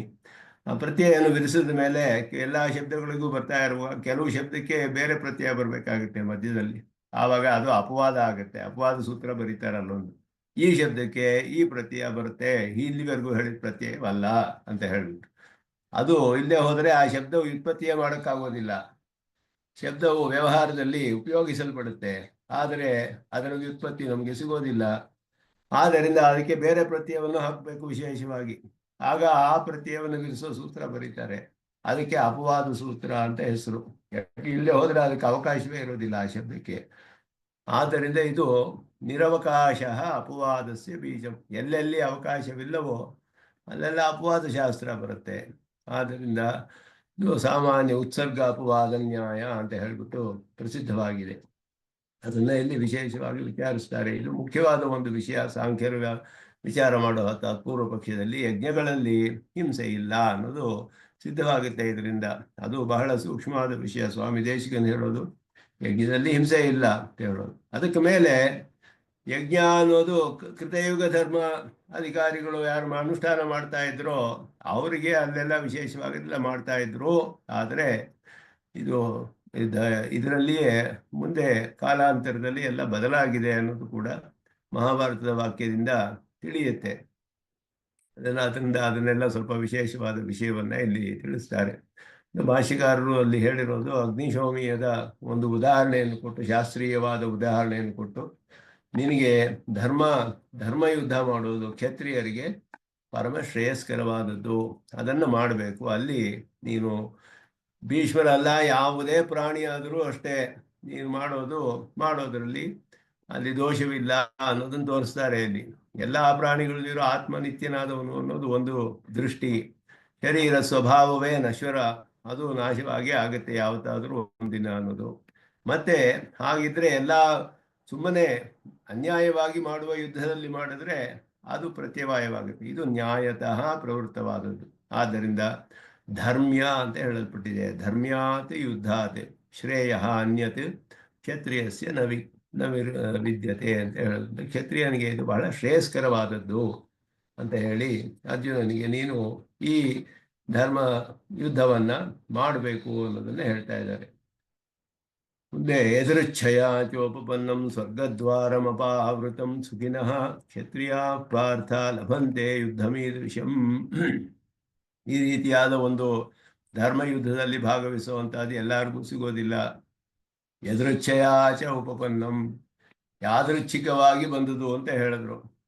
ಯಾದೃಚ್ಛಿಕವಾಗಿ ಅಂತ ಹೇಳೋದಕ್ಕೆ ಶಾಸ್ತ್ರೀಯವಾದ ಅರ್ಥ ಮುಂದೆ ಹೇಳ್ತಾರೆ, ಸ್ವಾಮಿ ದೇಶಿಕನ್ ವಿವರಿಸ್ತಾರೆ. ಭಾಷ್ಯಕಾರರು ಹೇಳಿದ್ರು ಅಯತ್ನೋಪನತಂ ಇದಂ ಅಂದ್ರು. ಯಾವ ಪ್ರಯತ್ನನೂ ನೀನು ಮಾಡಿಲ್ಲ, ಇದಕ್ಕೋಸ್ಕರ ತಾನಾಗಿಯೇ ಬಂದಿದೆ ನಿನಗೆ ಈ ಅವಕಾಶ. ಏನು ಅದಕ್ಕೋಸ್ಕರ ಪ್ರಯತ್ನ ಪಡಲಿಲ್ಲ, ಈ ಧರ್ಮಯುದ್ಧ ಆಗಬೇಕು ಅಂತ ಹೇಳಿ ತಾನಾಗಿಯೇ ಬಂದಿದೆ. ಅಯತ್ನ ಉಪನತಂ, ಏನು ಯತ್ನ ಮಾಡದೇನೆ ಬಂದಿರೋ ಅಂತಹದ್ದು ನಿಂಗೆ. ಅದು ಸ್ವರ್ಗದ್ವಾರಂ ಅಪಾವೃತಂ, ಸ್ವರ್ಗದ್ವಾರ ತೆಗೆದಿದೆ ನಿನಗೆ, ಯಾರು ತಡೆಯೋರಿಲ್ಲ ನಿನಗೆ ಸ್ವರ್ಗದಲ್ಲಿ. ನಿರತಿಶಯ ಸುಖಯ ಉಪಾಯ ಭೂತಂ, ಸ್ವರ್ಗ ಅಂತ ಹೇಳೋದ್ರಿಂದ ನಿರತಿಶಯ ಸುಖ ಅಂತ ಅರ್ಥ ಮಾಡಿದ್ರು. ಸ್ವರ್ಗ ಶಬ್ದಕ್ಕೆ ಅದುವೇ ಮುಖ್ಯವಾದ ಅರ್ಥ. ಸುಖಿನಃ ಕ್ಷತ್ರಿಯ ಪಾರ್ಥ ಲಭಂತೆ ಯುದ್ಧಮೀದೃಶಂ, ನಿರ್ವಿಘ್ನವಾದ ಇಂತಹ ಯುದ್ಧವನ್ನು, ನಿರ್ವಿಘ್ನಮೀದೃಶಂ ಯುದ್ಧಂ. ಸುಖಿನಃ ಅಂದರೆ ಪುಣ್ಯವಂತಹ ಅಂತ ಹೇಳಿದ್ರು. ಪುಣ್ಯವಂತರಾದ ಕ್ಷತ್ರಿಯರು ಕ್ಷತ್ರಿಯ ಲಭಂತೆ, ಬಹಳ ಪುಣ್ಯ ಮಾಡಿದಂತಹ ಕ್ಷತ್ರಿಯರಿಗೆ ಮಾತ್ರವೇ ಈ ರೀತಿ ಯಾವ ಪ್ರಯತ್ನವಿಲ್ಲದೆ ನಿನಗೆ ಸಿಕ್ಕಿರುವಂತಹ ಈ ಅವಕಾಶ ಸಿಗುತ್ತೆ. ಯಾವ ವಿಘ್ನವೂ ಇಲ್ಲದೆ ಮಾಡುವಂತಹ, ನಿನಗೆ ಮಾಡೋಕ್ಕೆ ಸಾಧ್ಯವಾದ ಈ ಯುದ್ಧ ನಿನಗೆ ಬಹಳ ಅಪರೂಪವಾದದ್ದು ಅಂತ ಇಲ್ಲಿ ಹೇಳ್ತಾ ಇದ್ದಾರೆ. ಇದರಲ್ಲಿ ಅನೇಕ ವಿಷಯಗಳು ಶಾಸ್ತ್ರೀಯವಾಗಿ ವಿವರಿಸ್ತಾರೆ ಸ್ವಾಮಿ ದೇಶಿಕನ್, ಹೇಗೆ ಅರ್ಥ ಮಾಡಬೇಕು ಅಂತ ಹೇಳಿಬಿಟ್ಟು. ಯದೃಚ್ಛಯ ಅಂತ ಹೇಳಿದ್ರೆ ಸಾಮಾನ್ಯವಾದ ಅರ್ಥ ಯಾವ ಅಕಾರಣವಾಗಿ ಅಂತ ಅರ್ಥ, ಕಾರಣವೇ ಇಲ್ಲದೆ ಅಂತ ಅರ್ಥ. ಯದೃಚ್ಛಯ ಅಂದ್ರೆ ಯಾವ ಕಾರಣ ಅಂತಲೇ ಗೊತ್ತಿಲ್ಲ, ಕಾರಣವೇ ಇಲ್ಲದೆ ಸಿಕ್ಕಿಬಿಡುತ್ತೆ, ಅಥವಾ ಎದುರಿಚ್ಛಾ ಸುಕೃತ ಅಂತ ಹೇಳಲ್ಪಡುತ್ತೆ. ಅದು ಮಾಡಬೇಕು ಅಂತಲೇ ಹೇಳಿಲ್ಲ, ಮಾಡಲಿಲ್ಲ ನಾವು ಆ ಉದ್ದೇಶದಿಂದ. ಬೇರೆ ಯಾವುದೋ ಉದ್ದೇಶದಿಂದ ಮಾಡಿದರೂ ಒಳ್ಳೆಯ ಉದ್ದೇಶವಾಗಿ ಅದು ನಮಗೆ ಫಲ ಬರುವಂತಹದ್ದು ಎದುರಿಚ್ಛಾ ಸುಕೃತ ಅಂತ ಹೇಳಲ್ಪಟ್ಟಿದೆ. ಆ ರೀತಿಯೇ ಇದು ಅಂತ ಹೇಳಿದ್ರೆ ಅದನ್ನು ವಿವರಿಸ್ತಾರೆ ಸ್ವಾಮಿ ದೇಶಿಕನ್. ಪ್ರಾಣಿ ಮಾರಣಸ್ಯಾಪಿ ಯುದ್ಧಸ್ಯ ಪ್ರಶಂಸಾ ಮುಖೇನ ಅಧರ್ಮ ಭ್ರಮಂ ಉನ್ಮೂಲಯತಿ. ಪ್ರಾಣಿ ಮಾರಣವಿದ್ದರೂ ಕೂಡ ಇಲ್ಲಿ ಎಲ್ಲರೂ ಸಂಹಾರ ಮಾಡುವುದೆಲ್ಲ ಇರುತ್ತೆ, ಅದನ್ನು ಪ್ರಶಂಸೆ ಮಾಡಿ ಇದು ಅಧರ್ಮ ಮೂಲವಲ್ಲ, ಅಧರ್ಮವಲ್ಲ, ಇದು ಧರ್ಮವೇ ಅನ್ನೋದನ್ನ ಹೇಳ್ತಾರೆ. ಅಧರ್ಮ ಅನ್ನುವ ಬುದ್ಧಿಯನ್ನ ದೂರ ಮಾಡ್ತಾ ಇದ್ದಾರೆ ಇದರಲ್ಲಿ.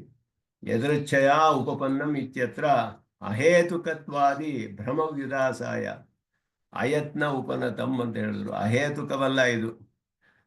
ಅಹೇತುಕ ಅಂತ ಹೇಳಿದ್ರೆ ಕಾರಣವೇ ಇಲ್ಲದೆ ಬರೋದು ಅಂತ. ಅದು ಬೌದ್ಧರು ಮಾಡುವ ವಾದ. ಅವ್ರು ಹೇಳಿದ್ರು ಯಾವುದಕ್ಕೂ ಕಾರಣಕ್ಕೂ ಕಾರ್ಯಕ್ಕೂ ಸಂಬಂಧವೇ ಇಲ್ಲ ಅಂತ ಹೇಳಿದ್ರು. ಆ ರೀತಿಯಲ್ಲ ಇದು. ಯದೃಚ್ಛಯ ಅಂತ ಹೇಳಿದ್ರೆ ಅಹೇತುಕವಾದದ್ದಲ್ಲ ಇದು. ಕಾರಣವಿಲ್ಲದೆ ಯಾವುದು ಬರೋದಿಲ್ಲ.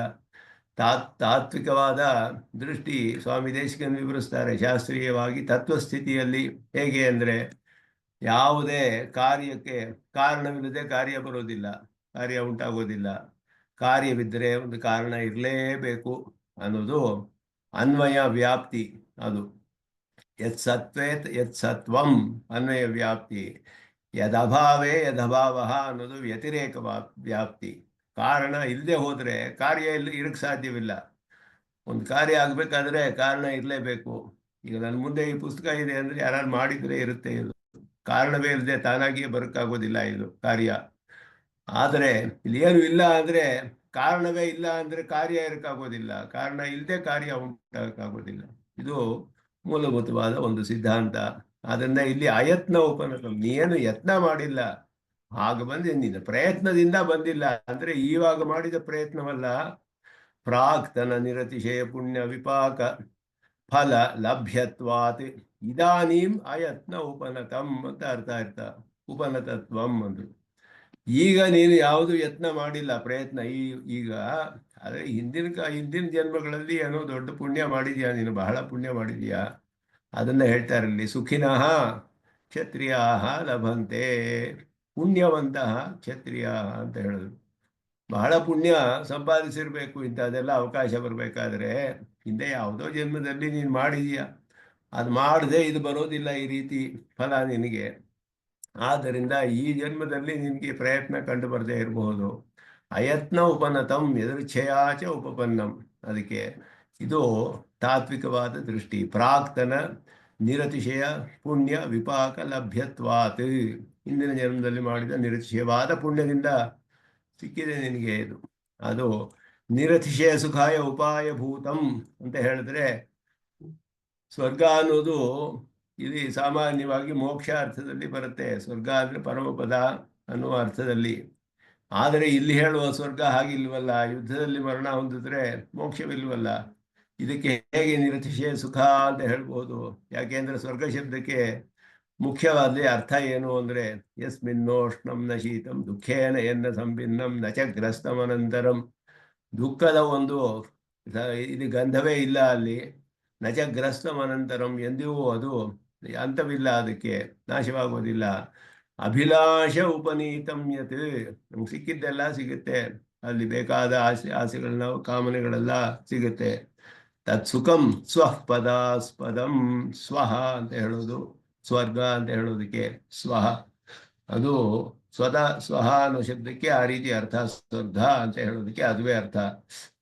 ಅದು ಮೋಕ್ಷವನ್ನ ಹೇಳುತ್ತೆ ಮುಖ್ಯ ಅರ್ಥದಲ್ಲಿ. ಇತಿ ನಿರತಿಶಯ ಸುಖ ವಿಶೇಷ ವ್ಯುತ್ಪನ್ನ, ಇದು ವ್ಯಾಪಾರ ಭಾಷೆಯಲ್ಲಿ ಹೇಳಲ್ಪಟ್ಟಿರೋದು. ನಿರತಿಶಯ ಸುಖ ವಿಶೇಷ ವ್ಯುತ್ಪನ್ನ, ನಿರತಿಶಯವಾದ ಸುಖವನ್ನು ಉಂಟು ಮಾಡೋದ್ರಲ್ಲಿ ಸ್ವರ್ಗ ಶಬ್ದವಿದೆ, ಮೋಕ್ಷ ಅಂತ ಅರ್ಥ. ದೇಶ ವಿಶೇಷಸ್ತು ತಾದೃಶ ಸುಖಭೋಗ ಸ್ಥಾನತೆಯ ಸ್ವರ್ಗ. ಆ ರೀತಿಯಾದ ಸುಖಭೋಗಕ್ಕೆ ಸ್ಥಾನವಾದ್ದರಿಂದ ದೇಶ ವಿಶೇಷ. ಸ್ವರ್ಗಕ್ಕೆ ಒಂದು ದೇಶ ಅಂತ ಹೇಳ್ತೀವಿ, ಸ್ವರ್ಗ ಲೋಕ ಅಂತ ಹೇಳಿದ್ರೆ, ಸ್ವರ್ಗ ಅಂದ್ರೆ ನಿರುಚಿಯ ಸುಖವೇ ಸ್ವರ್ಗ ಅಂತ ಅರ್ಥ. ಆ ನಿರತಿಶಯ ಸುಖ ಇರುವ ಸ್ಥಾನಕ್ಕೂ ಸ್ವರ್ಗ ಅಂತಾನೆ ಹೇಳ್ತೀವಿ, ಆದ್ದರಿಂದ ಅದನ್ನೇ ಹೇಳ್ತಾರೆ. ಧರ್ಮಾಣಾಂಚ ಸ್ವತಃ ನಿರತಿಶಯ ಸುಖ ಸಾಧನತ್ವ ಸ್ವಭಾವ. ಧರ್ಮಗಳು ಸ್ವತಃ ನಿರತಿಶಯ ಸುಖಕ್ಕೆ ಸಾಧನವಾಗುತ್ತೆ, ಮೋಕ್ಷಕ್ಕೆ ಸಾಧನವಾಗುವುದೇ ಅದರ ಸ್ವಭಾವ. ನಿರತಿಶಯವಾದ ಸುಖವನ್ನು ಉಂಟು ಮಾಡುತ್ತೆ ಧರ್ಮಗಳೆಲ್ಲ. ಆದರೆ ಫಲಾಭಿಸಂಧ್ಯಾದಿ ಲಕ್ಷಣ ಪ್ರತಿಬಂಧಕ ವಶಾತ್ ಅನ್ಯಥಾತ್ವಂ ಅಂತ ಹೇಳಿದ್ರು. ಲಿಚು ಪ್ರತ್ಯಯ ಅಪ್ರಯುಂಜಾನಸ್ಯ ಅಂತ ಹೇಳಿದ್ರು. ಸಾಮಾನ್ಯವಾಗಿ ಧರ್ಮದ ಲಕ್ಷಣ ನಿರತಿಶಯ ಸುಖವನ್ನು ಉಂಟು ಮಾಡೋದೆ, ಆದರೆ ಈ ಸ್ವರ್ಗ ಹಾಗೆಲ್ಲ ಆದರೂ ನಿರತಿಶಯ ಸುಖ ಅಂತಲೇ ಹೇಳಿದ್ದಾರೆ ಭಾಷ್ಯಕಾರರು. ಯಾಕೆ ಅಂತ ಹೇಳಿದ್ರೆ, ಚ್ವಿ ಅಂತ ಒಂದು ಪ್ರತ್ಯಯ ಉಪಯೋಗಿಸಿದ್ರೆ ಅದು ಬೇರೆ, ಅಭೂತ ತದ್ಭಾವೇ ಚ್ವಿಹಿ ಅಂತ ಪಾಣಿನಿ ಸೂತ್ರ, ಇಲ್ಲದೆ ಇರೋದನ್ನು ಉಂಟು ಮಾಡೋದು ಅಂತ ಅರ್ಥ. ಆದರೆ ಇಲ್ಲಿ ಹಾಗಲ್ಲ. ಇಲ್ಲಿ ಯಾಕೆ ಹಿಂಗೆ ಹೇಳಿದ್ದಾರೆ? ಅದು ಧರ್ಮಗಳು ಸಾಮಾನ್ಯವಾಗಿ ಸ್ವಭಾವತಃ ಧರ್ಮದ ಲಕ್ಷಣ ಏನು ಅಂದರೆ ನಿರತಿಶಯ ಸುಖವನ್ನು ಉಂಟು ಮಾಡೋಕ್ಕೆ ಸಾಧನವಾಗುತ್ತೆ. ಆದರೆ ಆ ಒಂದು ಧರ್ಮ ಅನುಷ್ಠಾನ ಮಾಡುವಾಗ ಫಲದ ಆಶೆಯಿಂದ ಮಾಡಿದ್ರೆ ಅದು ನಿರತಿಶಯ ಸುಖವಾಗುವುದಿಲ್ಲ, ಸಾತಿಶಯವಾಗಿಬಿಡುತ್ತೆ, ಕಡಿಮೆ ಆಗ್ಬಿಡುತ್ತೆ, ಅಲ್ಪ ಅಸ್ಥಿರವಾಗಿಬಿಡುತ್ತೆ. ಅದನ್ನ ಫಲಾಭಿಸಂಧಿ ಇದ್ದರೆ, ಇಲ್ಲದೆ ಹೋದರೆ ನಿರತಿಶಯ ಸುಖವನ್ನೇ ಉಂಟು ಮಾಡೋದು. ಧರ್ಮಗಳಿಗೆ ಸ್ವಭಾವತಃ ನಿರತಿಶಯ ಸುಖಕ್ಕೆ ಸಾಧನಗಳು ಅಂತ ಹೇಳುದು. ಅಪಾವೃತ ಶಬ್ದಾಭಿಪ್ರೇತಂ ನಿರ್ವಿಘ್ನತ್ವಂ ಅಂತ ಹೇಳುದು. ಅಪಾವೃತ ಶಬ್ದಾಭಿಪ್ರೇತಂ, ಸ್ವರ್ಗದ್ವಾರಂ ಅಪಾವೃತಂ ಅಂದರೆ ಅಲ್ಲಿ ಯಾವ ವಿಘ್ನವೂ ಇಲ್ಲದೆ ನೀನು ಸ್ವರ್ಗವನ್ನು ಪ್ರವೇಶಿಸಬಹುದು. ಸುಖಿನಃ ಇತ್ಯಸ್ಯ ಪುಣ್ಯವಂತಃ ಇತಿ ಪ್ರತಿಪದಂ.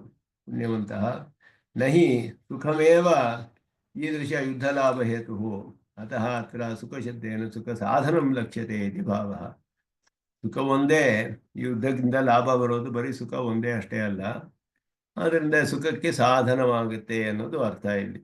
ಯದ್ವಾ ಅತ್ರ ಸುಖಿ ಶಬ್ದ ಸುಖ ಯೋಗ್ಯತ್ವ ಲಕ್ಷಣ ಸಂಬಂಧಪರಃ.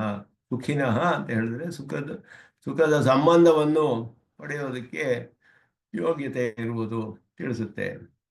ತದ್ಯೋಗ್ಯತ್ವಂಚ ಪುಣ್ಯವತ್ವಮೇವ. ಪುಣ್ಯವಿದ್ದರೇನೆ ಸುಖವು ಉಂಟಾಗುತ್ತೆ, ಆದ್ದರಿಂದ ಹಾಗೆ ಹೇಳಲ್ಪಟ್ಟಿದೆ. ಅದರಿಂದ ಇಲ್ಲಿ ಸ್ವರ್ಗದ ದ್ವಾರ, ಸ್ವರ್ಗ ಪ್ರವೇಶ ಮಾಡೋಕ್ಕೆ ನಿನಗೆ ಯಾವ ವಿಘ್ನವೂ ಇರೋದಿಲ್ಲ. ಇದು ನಿನಗೆ ಯಾವ ಪ್ರಯತ್ನವೂ ಇಲ್ಲದೆ ಬಂದಿದೆ. ಯಾವುದೋ ಪೂರ್ವ ಜನ್ಮದಲ್ಲಿ ದೊಡ್ಡ ಮಹಾಪುಣ್ಯಗಳನ್ನು ಮಾಡಿರಬೇಕು ನೀನು, ಅತ್ಯಂತ ಪುಣ್ಯವನ್ನು ಮಾಡಿರೋದ್ರಿಂದ ಈ ಒಂದು ಅವಕಾಶ ಸಿಕ್ಕಿದೆ ನಿನಗೆ. ಧರ್ಮಯುದ್ಧದಲ್ಲಿ ಭಾಗವಹಿಸೋದಕ್ಕೆ ಅವಕಾಶ ನಿನಗೆ ಇದು ಸಿಕ್ಕಿದೆ. ಇದನ್ನ ಬಹಳ ಪುಣ್ಯ ಮಾಡಿದವರು ಮಾತ್ರವೇ, ಕ್ಷತ್ರಿಯರಿಗೆ ಇಂತಹ ಒಂದು ಅವಕಾಶ ಸಿಗುತ್ತೆ ಅಂತ ಹೇಳಿ ಇದು ಅಧರ್ಮವಲ್ಲ ಅನ್ನೋದನ್ನ ಸ್ಪಷ್ಟಪಡಿಸ್ತಾ ಇದ್ದಾನೆ ಅರ್ಜುನನಿಗೆ. ಅದಕ್ಕೆ ಮೇಲೆ ಇವಾಗ ವಿರುದ್ಧವಾಗಿ ಹೇಳಿ, ಮಾಡದೆ ಹೋದ್ರೆ ಏನಾಗುತ್ತೆ ನಿನಗೆ ಅದನ್ನ ಹೇಳ್ತಾರೆ. ಅಥ ಚೇತ್ ತ್ವಮಿಮಂ ಧರ್ಮ್ಯಂ ಸಂಗ್ರಾಮಂ ನ ಕರಿಷ್ಯಸಿ ತತಃ ಸ್ವಧರ್ಮಂ ಕೀರ್ತಿಂಚ ಹಿತ್ವಾ ಪಾಪಮಪ ಅವಾಪ್ಸ್ಯಸಿ. ಅಥ ಚೇತ್ ತ್ವಂ ಇಮಂ ಧರ್ಮ್ಯಂ ಸಂಗ್ರಾಮಂ, ಧರ್ಮಯುದ್ಧವನ್ನು ನೀನು ಮಾಡದೆ ಹೋದರೆ ಸ್ವಧರ್ಮಂ ಕೀರ್ತಿಂಚ ಹಿತ್ವಾ, ನಿನ್ನ ಕ್ಷತ್ರಿಯ ಧರ್ಮ ಸ್ವಧರ್ಮವಾದ ವರ್ಣಾಶ್ರಮ ಧರ್ಮವಾದ ಧರ್ಮಯುದ್ಧವನ್ನು ಬಿಟ್ಟ ಹಾಗೆ ಆಗುತ್ತೆ. ಕೀರ್ತಿಯೂ ಹೋಗುತ್ತೆ. ಪಾಪಂ ಅವಾಪ್ಸ್ಯಸಿ, ಪಾಪವೇ ಉಂಟಾಗುತ್ತೆ ನಿನಗೆ. ಅಥ ಕ್ಷತ್ರಿಯಸ್ಯ ಸ್ವಧರ್ಮಭೂತಂ ಇಮಂ, ಧರ್ಮವಾದಂತಹ ಸ್ವಧರ್ಮವಾದ ಆರಬ್ಧಂ ಸಂಗ್ರಾಮಂ. ಇಮಂ ಅಂತ ಹೇಳಿದ್ರೆ, ಇಮಂ ಸಂಗ್ರಾಮಂ ಅಂದರೆ ಆರಬ್ಧ, ಆಗಲೇ ಆರಂಭಿಸಿಬಿಟ್ಟಿದೆ, ಆರಂಭಿಸಿರುವ ಸಂಗ್ರಾಮ. ಮೋಹಾತ್ ನ ಕರಿಷ್ಯಸಿ ಚೇತ್, ಮನಸ್ಸು ಕದಡಿ ಹೋಗಿದೆ, ಮೋಹ ಉಂಟಾಗಿದೆ, ಧರ್ಮಗಳಲ್ಲಿ ವಿವೇಕ ಗೊತ್ತಾಗಲಿಲ್ಲ ಅವನಿಗೆ. ತತಃ ಪ್ರಾರಬ್ಧಸ್ಯ ಧರ್ಮಸ್ಯ ಅಕಾರಣಾತ್ ಸ್ವಧರ್ಮ ಫಲಂ ನಿರತಿಶಯ ಸುಖಂ ವಿಜಯೇನ ನಿರತಿಶಯಾಂತ ಕೀರ್ತಿಂ ಹಿತ್ವಾ ಪಾಪಂ ನಿರತಿಶಯಂ ಅವಾಪ್ಸ್ಯಸಿ ಅಂತ ಹೇಳಿದ್ರು.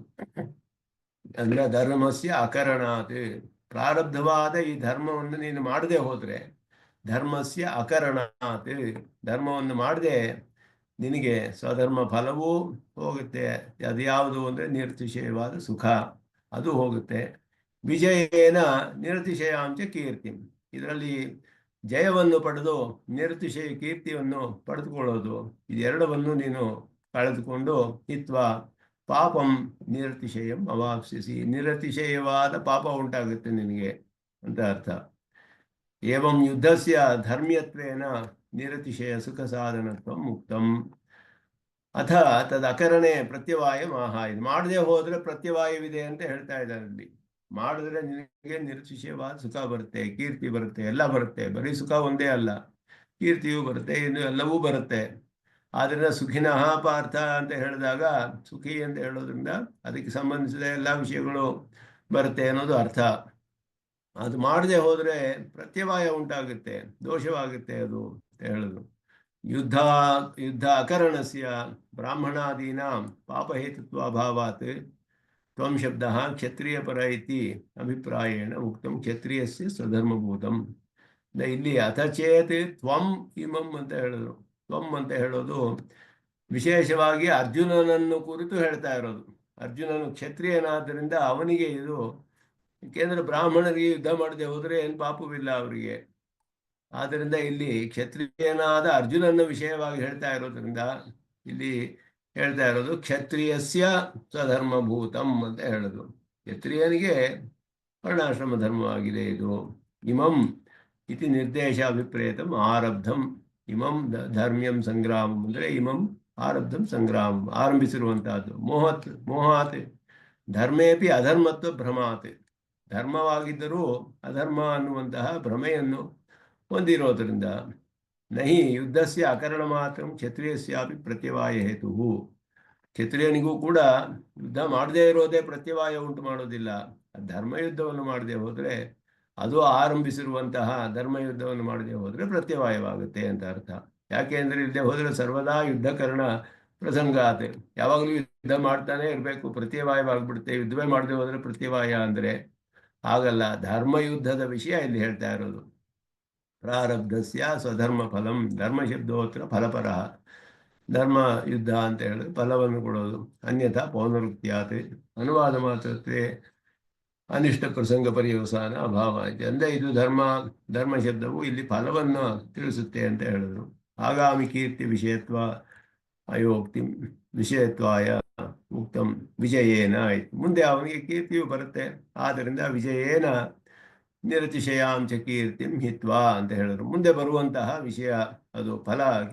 ಯುದ್ಧವನ್ನು ಗೆದ್ದ ಮೇಲೆ ಕೀರ್ತಿ ಬರುತ್ತೆ ನಿನಗೆ. ಕೇವಲಂ ದೃಷ್ಟಾದೃಷ್ಟ ರೂಪ ನಿರತಿಶಯ ಪುರುಷಾರ್ಥ ಹಾನಿ ಮಾತ್ರ ನ ಕೇವಲಂ ನಿರತಿಶಯ ದುಃಖ ಹೇತುಭೂತಂ ಪಾಪಂ ಅವಾಪ್ಸ್ಯಸಿ ಇತಿ ವಾಕ್ಯಾರ್ಥ. ಆದ್ದರಿಂದ ನಿನಗೆ ನಿರತಿಶಯವಾದ ಸುಖವನ್ನು ನೀನು ತಪ್ಪಿಸ್ಕೊಳ್ತೀಯ, ಹೊಂದೋದಿಲ್ಲ. ಅಷ್ಟೇ ಅಲ್ಲ, ನಿರತಿಶಯವಾದ ಪಾಪವನ್ನು ಪಡ್ಕೊಳ್ತೀಯ ನೀನು. ಆದ್ದರಿಂದ ಇದು ನೀನು ಬಿಡೋದು ಬಹಳ ನಿನಗೆ ಕಷ್ಟವಾಗುತ್ತೆ. ಇದನ್ನು ಬಿಟ್ಟರೆ ಪ್ರತಿವಾಯ ಬರುತ್ತೆ ಅನ್ನೋದನ್ನ ಹೇಳ್ತಾ ಇದ್ದಾರೆ. ಅತಚೇತ್ ತ್ವಮಿಮಂ ಧರ್ಮ್ಯಂ ಸಂಗ್ರಾಮಂ ನ ಕರಿಷ್ಯಸಿ ತತಃ ಸ್ವಧರ್ಮಂ ಕೀರ್ತಿಂಚ ಹಿತ್ವಾ ಪಾಪಂ ಅವಾಪ್ಸ್ಯಸಿ. ನಿರತಿಶಯ ಸುಖ ಬರದೇ ಇರೋದು ಒಂದು ವಿಷಯ, ಆದರೂ ನಿರತಿಶಯವಾದ ಪಾಪ ಬರುತ್ತೆ ನಿನಗೆ ಅನ್ನೋದನ್ನ ಇಲ್ಲಿ ಹೇಳಿ ಯುದ್ಧವನ್ನು ಮಾಡಬೇಕು, ಧರ್ಮಯುದ್ಧವನ್ನ ಅಂತ ಇಲ್ಲಿ ಹೇಳ್ತಾ ಇದ್ದಾರೆ. ಅಕೀರ್ತಿಂ ಚಾಪಿ ಭೂತಾನಿ ಕಥಯಿಷ್ಯಂತಿ ತೇ ಅವ್ಯಯಾಂ ಸಂಭಾವಿತಸ್ಯ ಚ ಕೀರ್ತಿ ಮರಣಾತ್ ಅತಿರಿಚ್ಯತೆ. ಇದನ್ನು ಕೃಷ್ಣನು ಅನೇಕ ದೃಷ್ಟಿಗಳಿಂದ ಅರ್ಜುನನಿಗೆ ಹೇಳ್ತಿದ್ದಾರೆ. ಧರ್ಮಯುದ್ಧ ಅಂತ ಇದು ಎಲ್ಲರಿಗೂ ಕೂಡ ವರ್ಣಾಶ್ರಮ ಧರ್ಮಗಳಿಗೆಲ್ಲ ಅನ್ವಯಿಸುವಂತಹದ್ದು. ಅರ್ಜುನನ ವಿಷಯದಲ್ಲಿ ಧರ್ಮ ಯುದ್ಧ ಹೇಳ್ತಾ ಇರೋದು, ಮತ್ತವರಿಗೆಲ್ಲ ವರ್ಣಾಶ್ರಮ ಧರ್ಮಗಳ ವಿಷಯದಲ್ಲಿ ಇದೆಲ್ಲ ಅನ್ವಯಿಸ್ಕೊಳ್ಬೇಕು. ಹೀಗೆ ಮಾಡದೆ ಹೋದರೆ ಪ್ರತ್ಯವಾಯ, ಮಾಡಿದರೆ ಸುಖಕ್ಕೆ ಕಾರಣವಾಗುತ್ತೆ ಮೊದಲಾದದ್ದು. ಅಕೀರ್ತಿಂಚಾಪಿ ಭೂತಾನಿ ಕಥಯಿಷ್ಯಂತಿ ತೇ ಅವ್ಯಯಾಮ್. ಎಲ್ಲರೂ ಕೂಡ ಅಕೀರ್ತಿಯನ್ನು ನಿನ್ನು ಹೇಳ್ತಾ ಇರ್ತಾರೆ. ಅವ್ಯಯಾಮ್ ಅಂದರೆ ಎಲ್ಲ ದೇಶ ಕಾಲಗಳಲ್ಲೂ ಇರುತ್ತೆ, ಅದು ಎಂದಿಗೂ ವ್ಯಯವಾಗದೇ ಇರೋದು. ಎನ್ನವ್ಯೇತಿ ತದವ್ಯಯಂ ಅಂತ ಹೇಳಿದ್ರು. ಯಾವುದರಲ್ಲಿಯೂ ಬದಲಾಗದೇ ಇರೋದು, ಎಲ್ಲ ಕಾಲದಲ್ಲಿಯೂ ಎಲ್ಲ ದೇಶದಲ್ಲಿಯೂ ನಿನ್ನ ಅಕೀರ್ತಿಯನ್ನು ಎಲ್ಲರೂ ಹೇಳ್ತಾ ಇರ್ತಾರೆ. ಸಂಭಾವಿತಸ್ಯ ಚ ಕೀರ್ತಿ ಮರಣಾದತಿರಿಚ್ಯತೆ. ಮರಣಕ್ಕಿಂತ ಇದು ಹೆಚ್ಚಾಯಿತು ಅಕೀರ್ತಿ, ಅದಕ್ಕಿಂತ ಮರಣವೇ ವಾಸಿ ಅಂತ ಇಲ್ಲಿ ಹೇಳ್ತಿರೋದು. ನತೇ ಕೇವಲಂ ನಿರತಿಶಯ ಸುಖ ಕೀರ್ತಿ ಹಾನಿ ಮಾತ್ರ. ನಿರತಿಶಯವಾದ ಸುಖ ಕೀರ್ತಿ ಎಲ್ಲ ನಾಶವಾಗುತ್ತೆ. ಪಾರ್ಥಃ ಯುದ್ಧೇ ಪ್ರಾರಬ್ಧೆ ಫಲಾಯಿತಃ ಇತಿ ಅವ್ಯಯಾಂ. ಪಾರ್ಥನು ಯುದ್ಧವನ್ನು ಆರಂಭಿಸಿದ ಮೇಲೆ ಹಿಂದಿರುಗಿ ಓಡಿ ಹೊಟ್ಟೋದ ಅಂತ ಹೇಳಿಬಿಟ್ಟು ಪಲಾಯನ ಮಾಡಿಬಿಟ್ಟ. ಸರ್ವದೇಶ ಕಾಲವ್ಯಾಪಿನೀಂ ಅಕೀರ್ತಿಂಚ.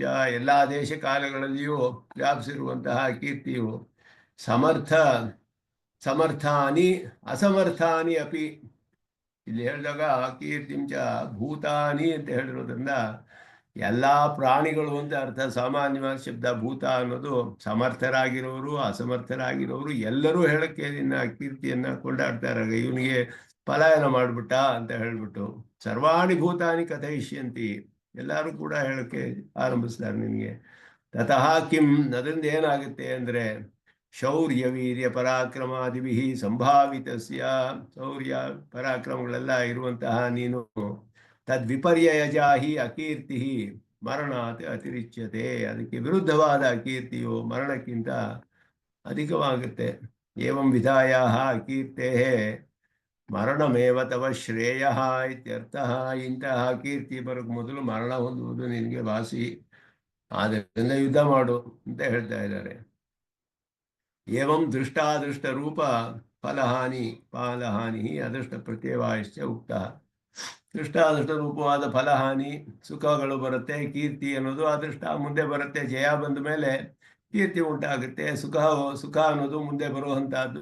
ಇಲ್ಲಿಯೇ ಇರುವಾಗ ಕೀರ್ತಿ ಎಲ್ಲ ಬರುತ್ತೆ, ಸುಖವೂ ಬರುತ್ತೆ, ಸ್ವರ್ಗವೂ ಉಂಟಾಗುತ್ತೆ, ಅದೃಷ್ಟ ಫಲಗಳೆಲ್ಲ ಉಂಟಾಗುತ್ತೆ.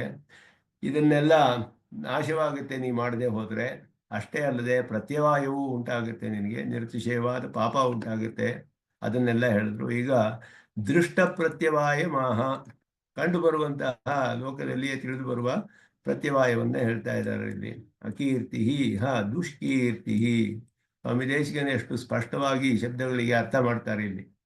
ಅಕೀರ್ತಿ ಅಂದರೆ ಕೀರ್ತಿ ಇಲ್ಲದೆ ಇರೋದು ಅಂತ ಅರ್ಥ, ನೆಗೆಟಿವ್ ಅದು. ಅಕೀರ್ತಿ ಕೀರ್ತಿ ಇಲ್ಲದೆ ಇರೋದು ಅಂತ ಅರ್ಥ. ಕೀರ್ತಿ ಇಲ್ಲದೆ ಹೋದ್ರೆ ಹೋಗ್ಲಿ ಪರವಾಗಿಲ್ಲ ಅಂದರೆ ದುಷ್ಕೀರ್ತಿ ಬರುತ್ತೆ ಅಂತ ಅರ್ಥ. ಅಲ್ಲಿ ಕೆಟ್ಟ ಕೀರ್ತಿ ಬರುತ್ತೆ ಅಂತ ಅರ್ಥ. ಇಲ್ಲಿ ಬರೀ ಕೀರ್ತಿ ಇಲ್ಲದೆ ಇರೋದು ಅಂತ ಹೇಳಿದ್ರೆ ಯಾವುದೊಂದಿಗೆ ಯಶಸ್ಸಿಲ್ಲ ಅಷ್ಟೇ, ಸಾಮಾನ್ಯವಾಗಿ ಇರ್ತಾನೆ ಅಂತ. ಹಾಗಲ್ಲ ಇದು. ಅಕೀರ್ತಿ ದುಷ್ಕೀರ್ತಿ, ಕೆಟ್ಟ ಕೀರ್ತಿ ಬರುತ್ತೆ ನಿನಗೆ. ನತೆ ಕೇವಲ ಮಿಥ್ಯಾದವು ನಾಪಿ ಪಾರಲೌಕಿಕ ನಿರತಿಶಯ ಪಾಪ ಮಾತ್ರ ಇತ್ಯನುಸಂಧೇಯಂ. ಪ್ರಾರಬ್ಧೆ ಫಲಾಯಿತಃ ಇತಿ ಕಾಂದಿಶೀಕತೆಯ ಪ್ರಥಮ ವ್ಯಾಪಾರಮಪಿ ಅಕೃತ್ವ ಇತಿ ಭಾವಃ. ಬಹಳ ಶೈಥಿಲ್ಯದಿಂದ ಮೊದಲನೆಯ ವ್ಯಾಪಾರವನ್ನು ಆರಂಭಿಸದೆ ಪಲಾಯನ ಮಾಡಿಬಿಟ್ಟ ಅಂತ ಹೇಳ್ತಾರೆ ಅಂತ ಹೇಳೋದು. ಪ್ರಾರಬ್ಧೆ ಫಲಾಯಿತಃ ಅಂತ ಹೇಳಿದ್ರೆ ಆರಂಭಿಸಿರುವಾಗ ಪಲಾಯನ ಮಾಡ್ದ ಅಂದರೆ ಒಂದು ವ್ಯಾಪಾರವನ್ನು ಮಾಡದೆ ಅಷ್ಟು ಶೈಥಿಲ್ಯ ಉಂಟಾಗೋಯ್ತು ಅವನಿಗೆ. ಅಷ್ಟು ಅವನಿಗೆ ಶೈಥಿಲ್ಯದಿಂದ ಪಲಾಯನ ಮಾಡಿಬಿಟ್ಟ ಅಂತ ಹೇಳ್ತಾ ಇದ್ದಾರೆ. ಅವ್ಯಯ ಶಬ್ದೇನ ಅವಿನಾಶಿತ್ವ ಅಭಿಧಾನಾತ್. ಕಾಂದಿಶೀಕ ಅಂದರೆ ಬಹಳ ಶಿಥಿಲವಾಗೋದು ಅಂತ ಅರ್ಥ. ಕಾಂದಿಶೀಕ ಸ್ಮೃತಿನಾಮ್ ಅಂತ ಹೇಳ್ತಾರಲ್ಲ, ಮರಣ ಕಾಲದಲ್ಲಿ ನಮಗೆ ನಮ್ಮ ಸ್ಮೃತಿ ಕಾಂದಿಶೀಕ ಸ್ಮೃತಿನಾಮ್ ಅಂತ ಶ್ಲೋಕದಲ್ಲಿ ಸ್ವಾಮಿ ದೇಶಿಕನ್ ಹೇಳ್ತಾರೆ. ಬಹಳ ಶಿಥಿಲವಾಗಿಬಿಟ್ಟಿರುತ್ತೆ ಅಂತ ಹೇಳಿ. ಅಂತಹ ಒಂದು ಸ್ಥಿತಿ ಬಂದು ಪಲಾಯನ ಮಾಡಿಬಿಟ್ಟ, ಒಂದು ವ್ಯಾಪಾರವನ್ನು ಮಾಡಲಿಲ್ಲ ಅಂತ ಹೇಳ್ತಾರೆ ಎಲ್ಲರೂ. ಅವ್ಯಯ ಶಬ್ದೇನ ಅವಿನಾಶಿತ್ವ ಅಭಿಧಾನಾತ್. ಎಂದಿಗೂ ನಾಶವಾಗುವುದಿಲ್ಲ. ಅವ್ಯಯ ಅಂದರೆ ನವ್ಯೇತಿ, ನಾಶವೇ ಇಲ್ಲ ಅದಕ್ಕೆ. ಆದ್ದರಿಂದ ಸರ್ವಕಾಲ ವ್ಯಾಪಿತ್ವಂ, ಉಚ್ಯತಾಂ ಸರ್ವದೇಶ ವ್ಯಾಪಿತ್ವಂ ತು ಕಥಂ. ಎಲ್ಲ ಕಾಲ ಅಂತ ಹೇಳಿ ಎಲ್ಲ ದೇಶ ಅಂದರೆ ಹೇಗೆ ಹೇಳ್ತೀರಾ ಅಂದರೆ, ಯದಿ ಅಕೀರ್ತಿ ಸರ್ವದೇಶ ವ್ಯಾಪಿನಿ ನ ಸ್ಯಾತ್ ಸರ್ವಕಾಲ ವ್ಯಾಪಿನ್ಯಪಿ ನ ಸ್ಯಾತ್ ಕಾಲಕ್ರಮೇಣ ಸಂಕೋಚಾತ್ ವಿಚ್ಛೇದ ಉಪಪತ್ತೇ ದೇಶವೂ ಅದರಲ್ಲಿ ಸೇರಿಸಬೇಕು. ಎಲ್ಲ ಕಾಲದಲ್ಲಿಯೂ ಅಂತ ಮಾತ್ರ ಹೇಳಿದ್ರೆ ಅವ್ಯಯ ಅಂದರೆ ಎಂದೂ ನಾಶವಾಗುವುದಿಲ್ಲ. ಎಂದೂ ಅಂದರೆ ಯಾವ ಕಾಲಕ್ಕೂ ನಾಶವಾಗದೇ ಇರುವುದು ಅಂದರೆ ಯಾವ ದೇಶದಲ್ಲಿಯೂ ಅಂತ ಹೇಗೆ ಹೇಳಕ್ಕೆ ಸಾಧ್ಯ ಅಂತ ಹೇಳಿದ್ರೆ, ಅದು ಅದರಲ್ಲಿ ಸೇರುತ್ತೆ. ಎಲ್ಲ ಕಾಲದೂ ಎಲ್ಲ ದೇಶದಲ್ಲಿಯೂ ಇಲ್ಲದೆ ಹೋದರೆ ಎಲ್ಲ ಕಾಲದಲ್ಲಿಯೂ ಇರೋಕ್ಕೆ ಸಾಧ್ಯವಿಲ್ಲ. ಯಾಕೆಂದರೆ ಕೆಲವು ದೇಶಗಳೇ ಇಲ್ಲದೆ ಹೋಗ್ಬೋದು ಕೆಲವು ಸಮಯದಲ್ಲಿ. ಯದ್ವಾ ದೇಶತಃ ಕಾಲದಶ್ಚ ಅನ್ಯೂನತ್ವಮೇ ಮಾತ್ರ ಅವ್ಯಯತ್ವ. ಎರಡು ಸೇರಿಸಿಯೇ ಇಲ್ಲಿ ಹೇಳಿದೆ ಅವ್ಯಯ ಅನ್ನೋದು. ಭೂತಾನಿ ಅಪಿ ಇತಿ ಶಬ್ದಾನ್ವಯ ಚ ಅಪಿ ಅನತಿರಿಕ್ತಾರ್ಥತ್ವೇ ತಥೋ ಭೂತಾನಿ ಸಾಮಾನ್ಯ ನಿರ್ದೇಶಾತ್ ಎಲ್ಲ ಸಮರ್ಥಾನಿ ಅಸಮರ್ಥಾನಿ ಅಂತ ಅರ್ಥ ಮಾಡಿದ್ರು. ಅದರಿಂದ ಅಸಮರ್ಥಾನಿ ಭೂತಾನಿ ಅಪಿ ಅಂತ ಹೇಳಿ ಚ ಅಪಿ ಅಕೀರ್ತಿಂ ಚ ಅಪಿ ಭೂತಾನಿ ಅಪಿ ಅಂತ ಹೇಳಿದ್ರೆ ಸಮರ್ಥಾನಿ ಅಸಮರ್ಥಾನಿ ಅಪಿ ಅಂತ ವ್ಯಾಖ್ಯಾನ ಮಾಡಿದ್ರು. ಅಕೀರ್ತೆ ಇಷ್ಟತ್ವ ಆಶಂಕ್ಯ ಉತ್ತರಾರ್ಧ ಮುಚ್ಯತೆ ತತಃ ಕಿಂ. ಅಕೀರ್ತಿ ಬಂದರೆ ಬರಲಿ, ಅದರಿಂದ ಏನು ಅಂತ ಹೇಳಿದ್ರೆ ಅದಕ್ಕಿಂತ ಮರಣವೇ ವಾಸಿ ಅಂತ ಹೇಳ್ತಾ ಇದ್ದಾರೆ. ಅದರ ಮುಂದೆ ಅರ್ಜುನಸ್ಯ ಸಂಭಾವಿತತ್ವ ಹೇತು ನಾಹ ಶೌರ್ಯೇತಿ. ನೀನು ಸಂಭಾವಿತನಾದವನು, ಶೌರ್ಯ ವೀರ್ಯ ಪರಾಕ್ರಮಗಳನ್ನೆಲ್ಲ ಅತ್ಯಧಿಕವಾಗಿ ಉಳ್ಳವನು, ನಿನ್ನಂತಹ ಅವನು ಒಳ್ಳೆಯ ಆಭಿಜಾತ್ಯ ಉಳ್ಳವನು, ಲೋಕದೆಲ್ಲ ಪ್ರಸಿದ್ಧನಾದವನು.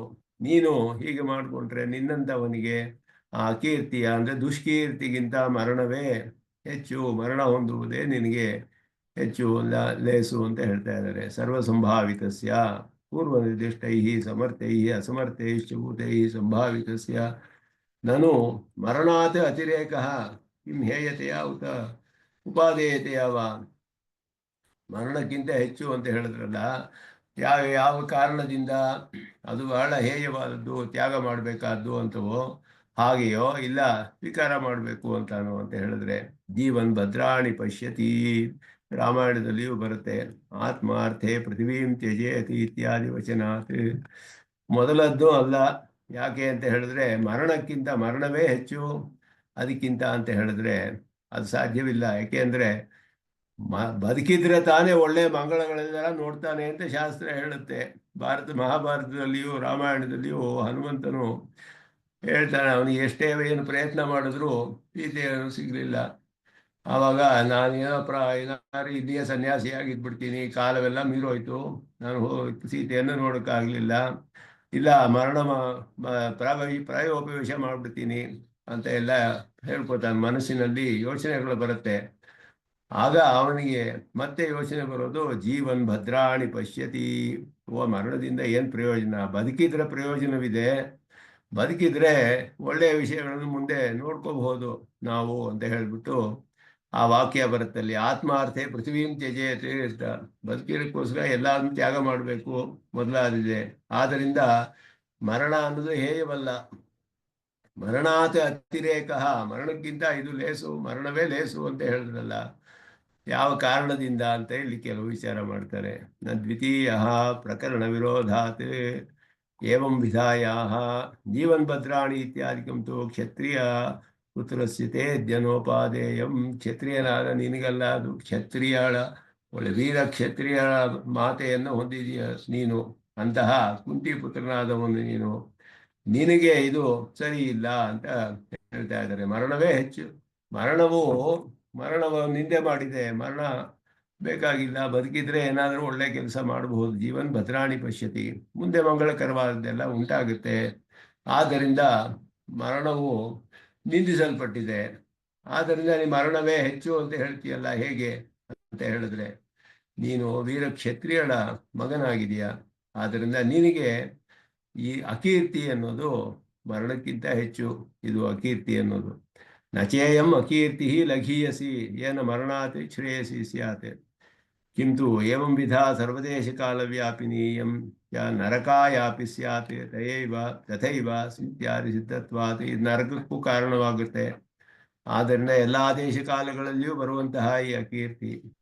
ತಥಾಚ उत्तरस्मिन् रामायणे रघुनाथवाक्यम् अकीर्तिर्यस्य च गायेत लोके भूतस्य कस्यचित् पतत्येव अधमान् लोकान् यावत् शब्दः शब्दः ಸಕೀರ್ತ್ಯತೆ. ಉತ್ತರ ರಾಮಾಯಣದ ವಾಕ್ಯವನ್ನ ತೆಗಿತಾರೆ ಇಲ್ಲಿ.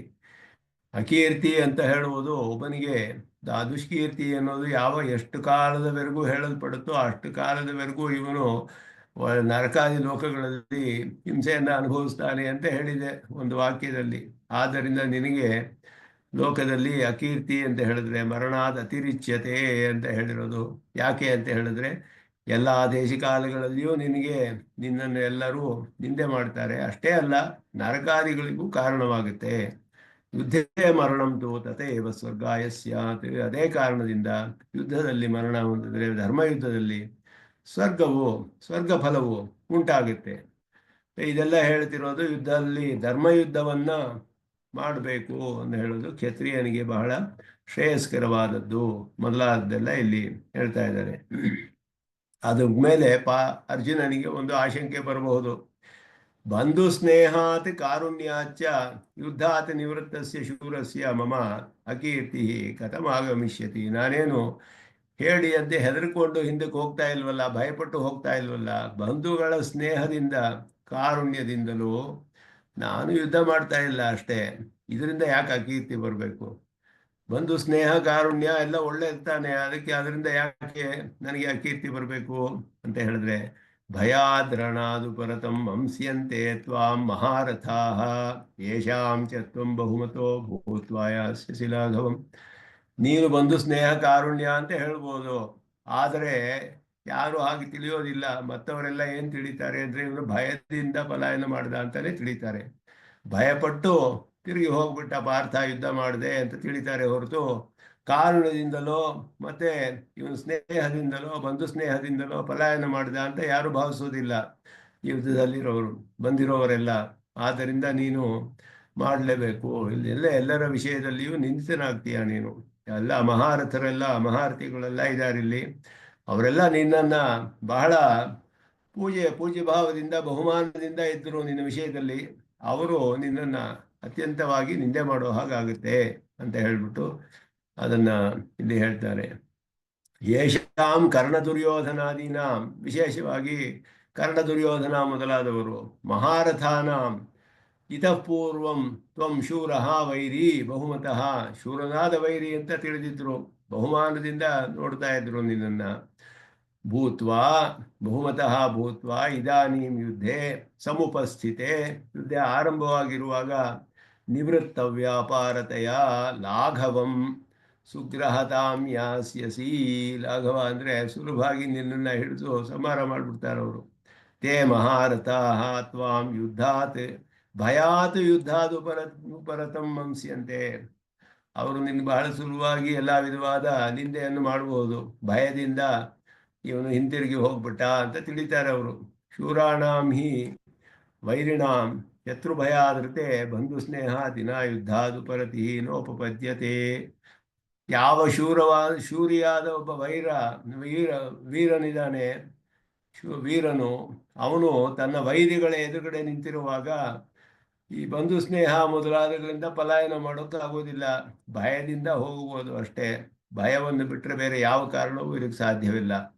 ಒಬ್ಬ ಶೂರನಾದವನು, ಅದರಲ್ಲಿಯೂ ಅವನ ವೈರಿಗಳನ್ನೆಲ್ಲ ಎದುರಿಸ್ತಾ ಇರುವಾಗ, ಯುದ್ಧವು ಆರಂಭಿಸುತ್ತಿರುವಾಗ ಅವನು ಹಿಂತಿರುಗಬೇಕಾದ್ರೆ ಒಂದೇ ಒಂದು ಕಾರಣ, ಭಯ ಅಷ್ಟೇನೆ. ಬೇರೆ ಯಾವ ಕಾರಣಕ್ಕೂ ಬಂಧು ಸ್ನೇಹ ಅದಕ್ಕೆಲ್ಲ ಯಾರು ಹಾಗೆ ಹಿಂತಿರುಗಿ ಹೋಗೋದು ಸಂಭವವಿಲ್ಲ ಅನ್ನೋದನ್ನ ಇಲ್ಲಿ ಹೇಳ್ತಾರೆ. ಉಪಪನ್ನವಲ್ಲ ಅಂತ ಹೇಳ್ಬಿಟ್ಟು ಆ ಶ್ಲೋಕವನ್ನ, ಇದೆಲ್ಲ ಯುದ್ಧವನ್ನು ಪ್ರೋತ್ಸಾಹಿಸೋದಕ್ಕೆ ಮತ್ತೆ ಧರ್ಮಯುದ್ಧವನ್ನು ಮಾಡಬೇಕು ಅಂತ ಹೇಳೋದಕ್ಕೆ ಕೃಷ್ಣನು ಹೇಳ್ತಿರುವ ವಾದಗಳು.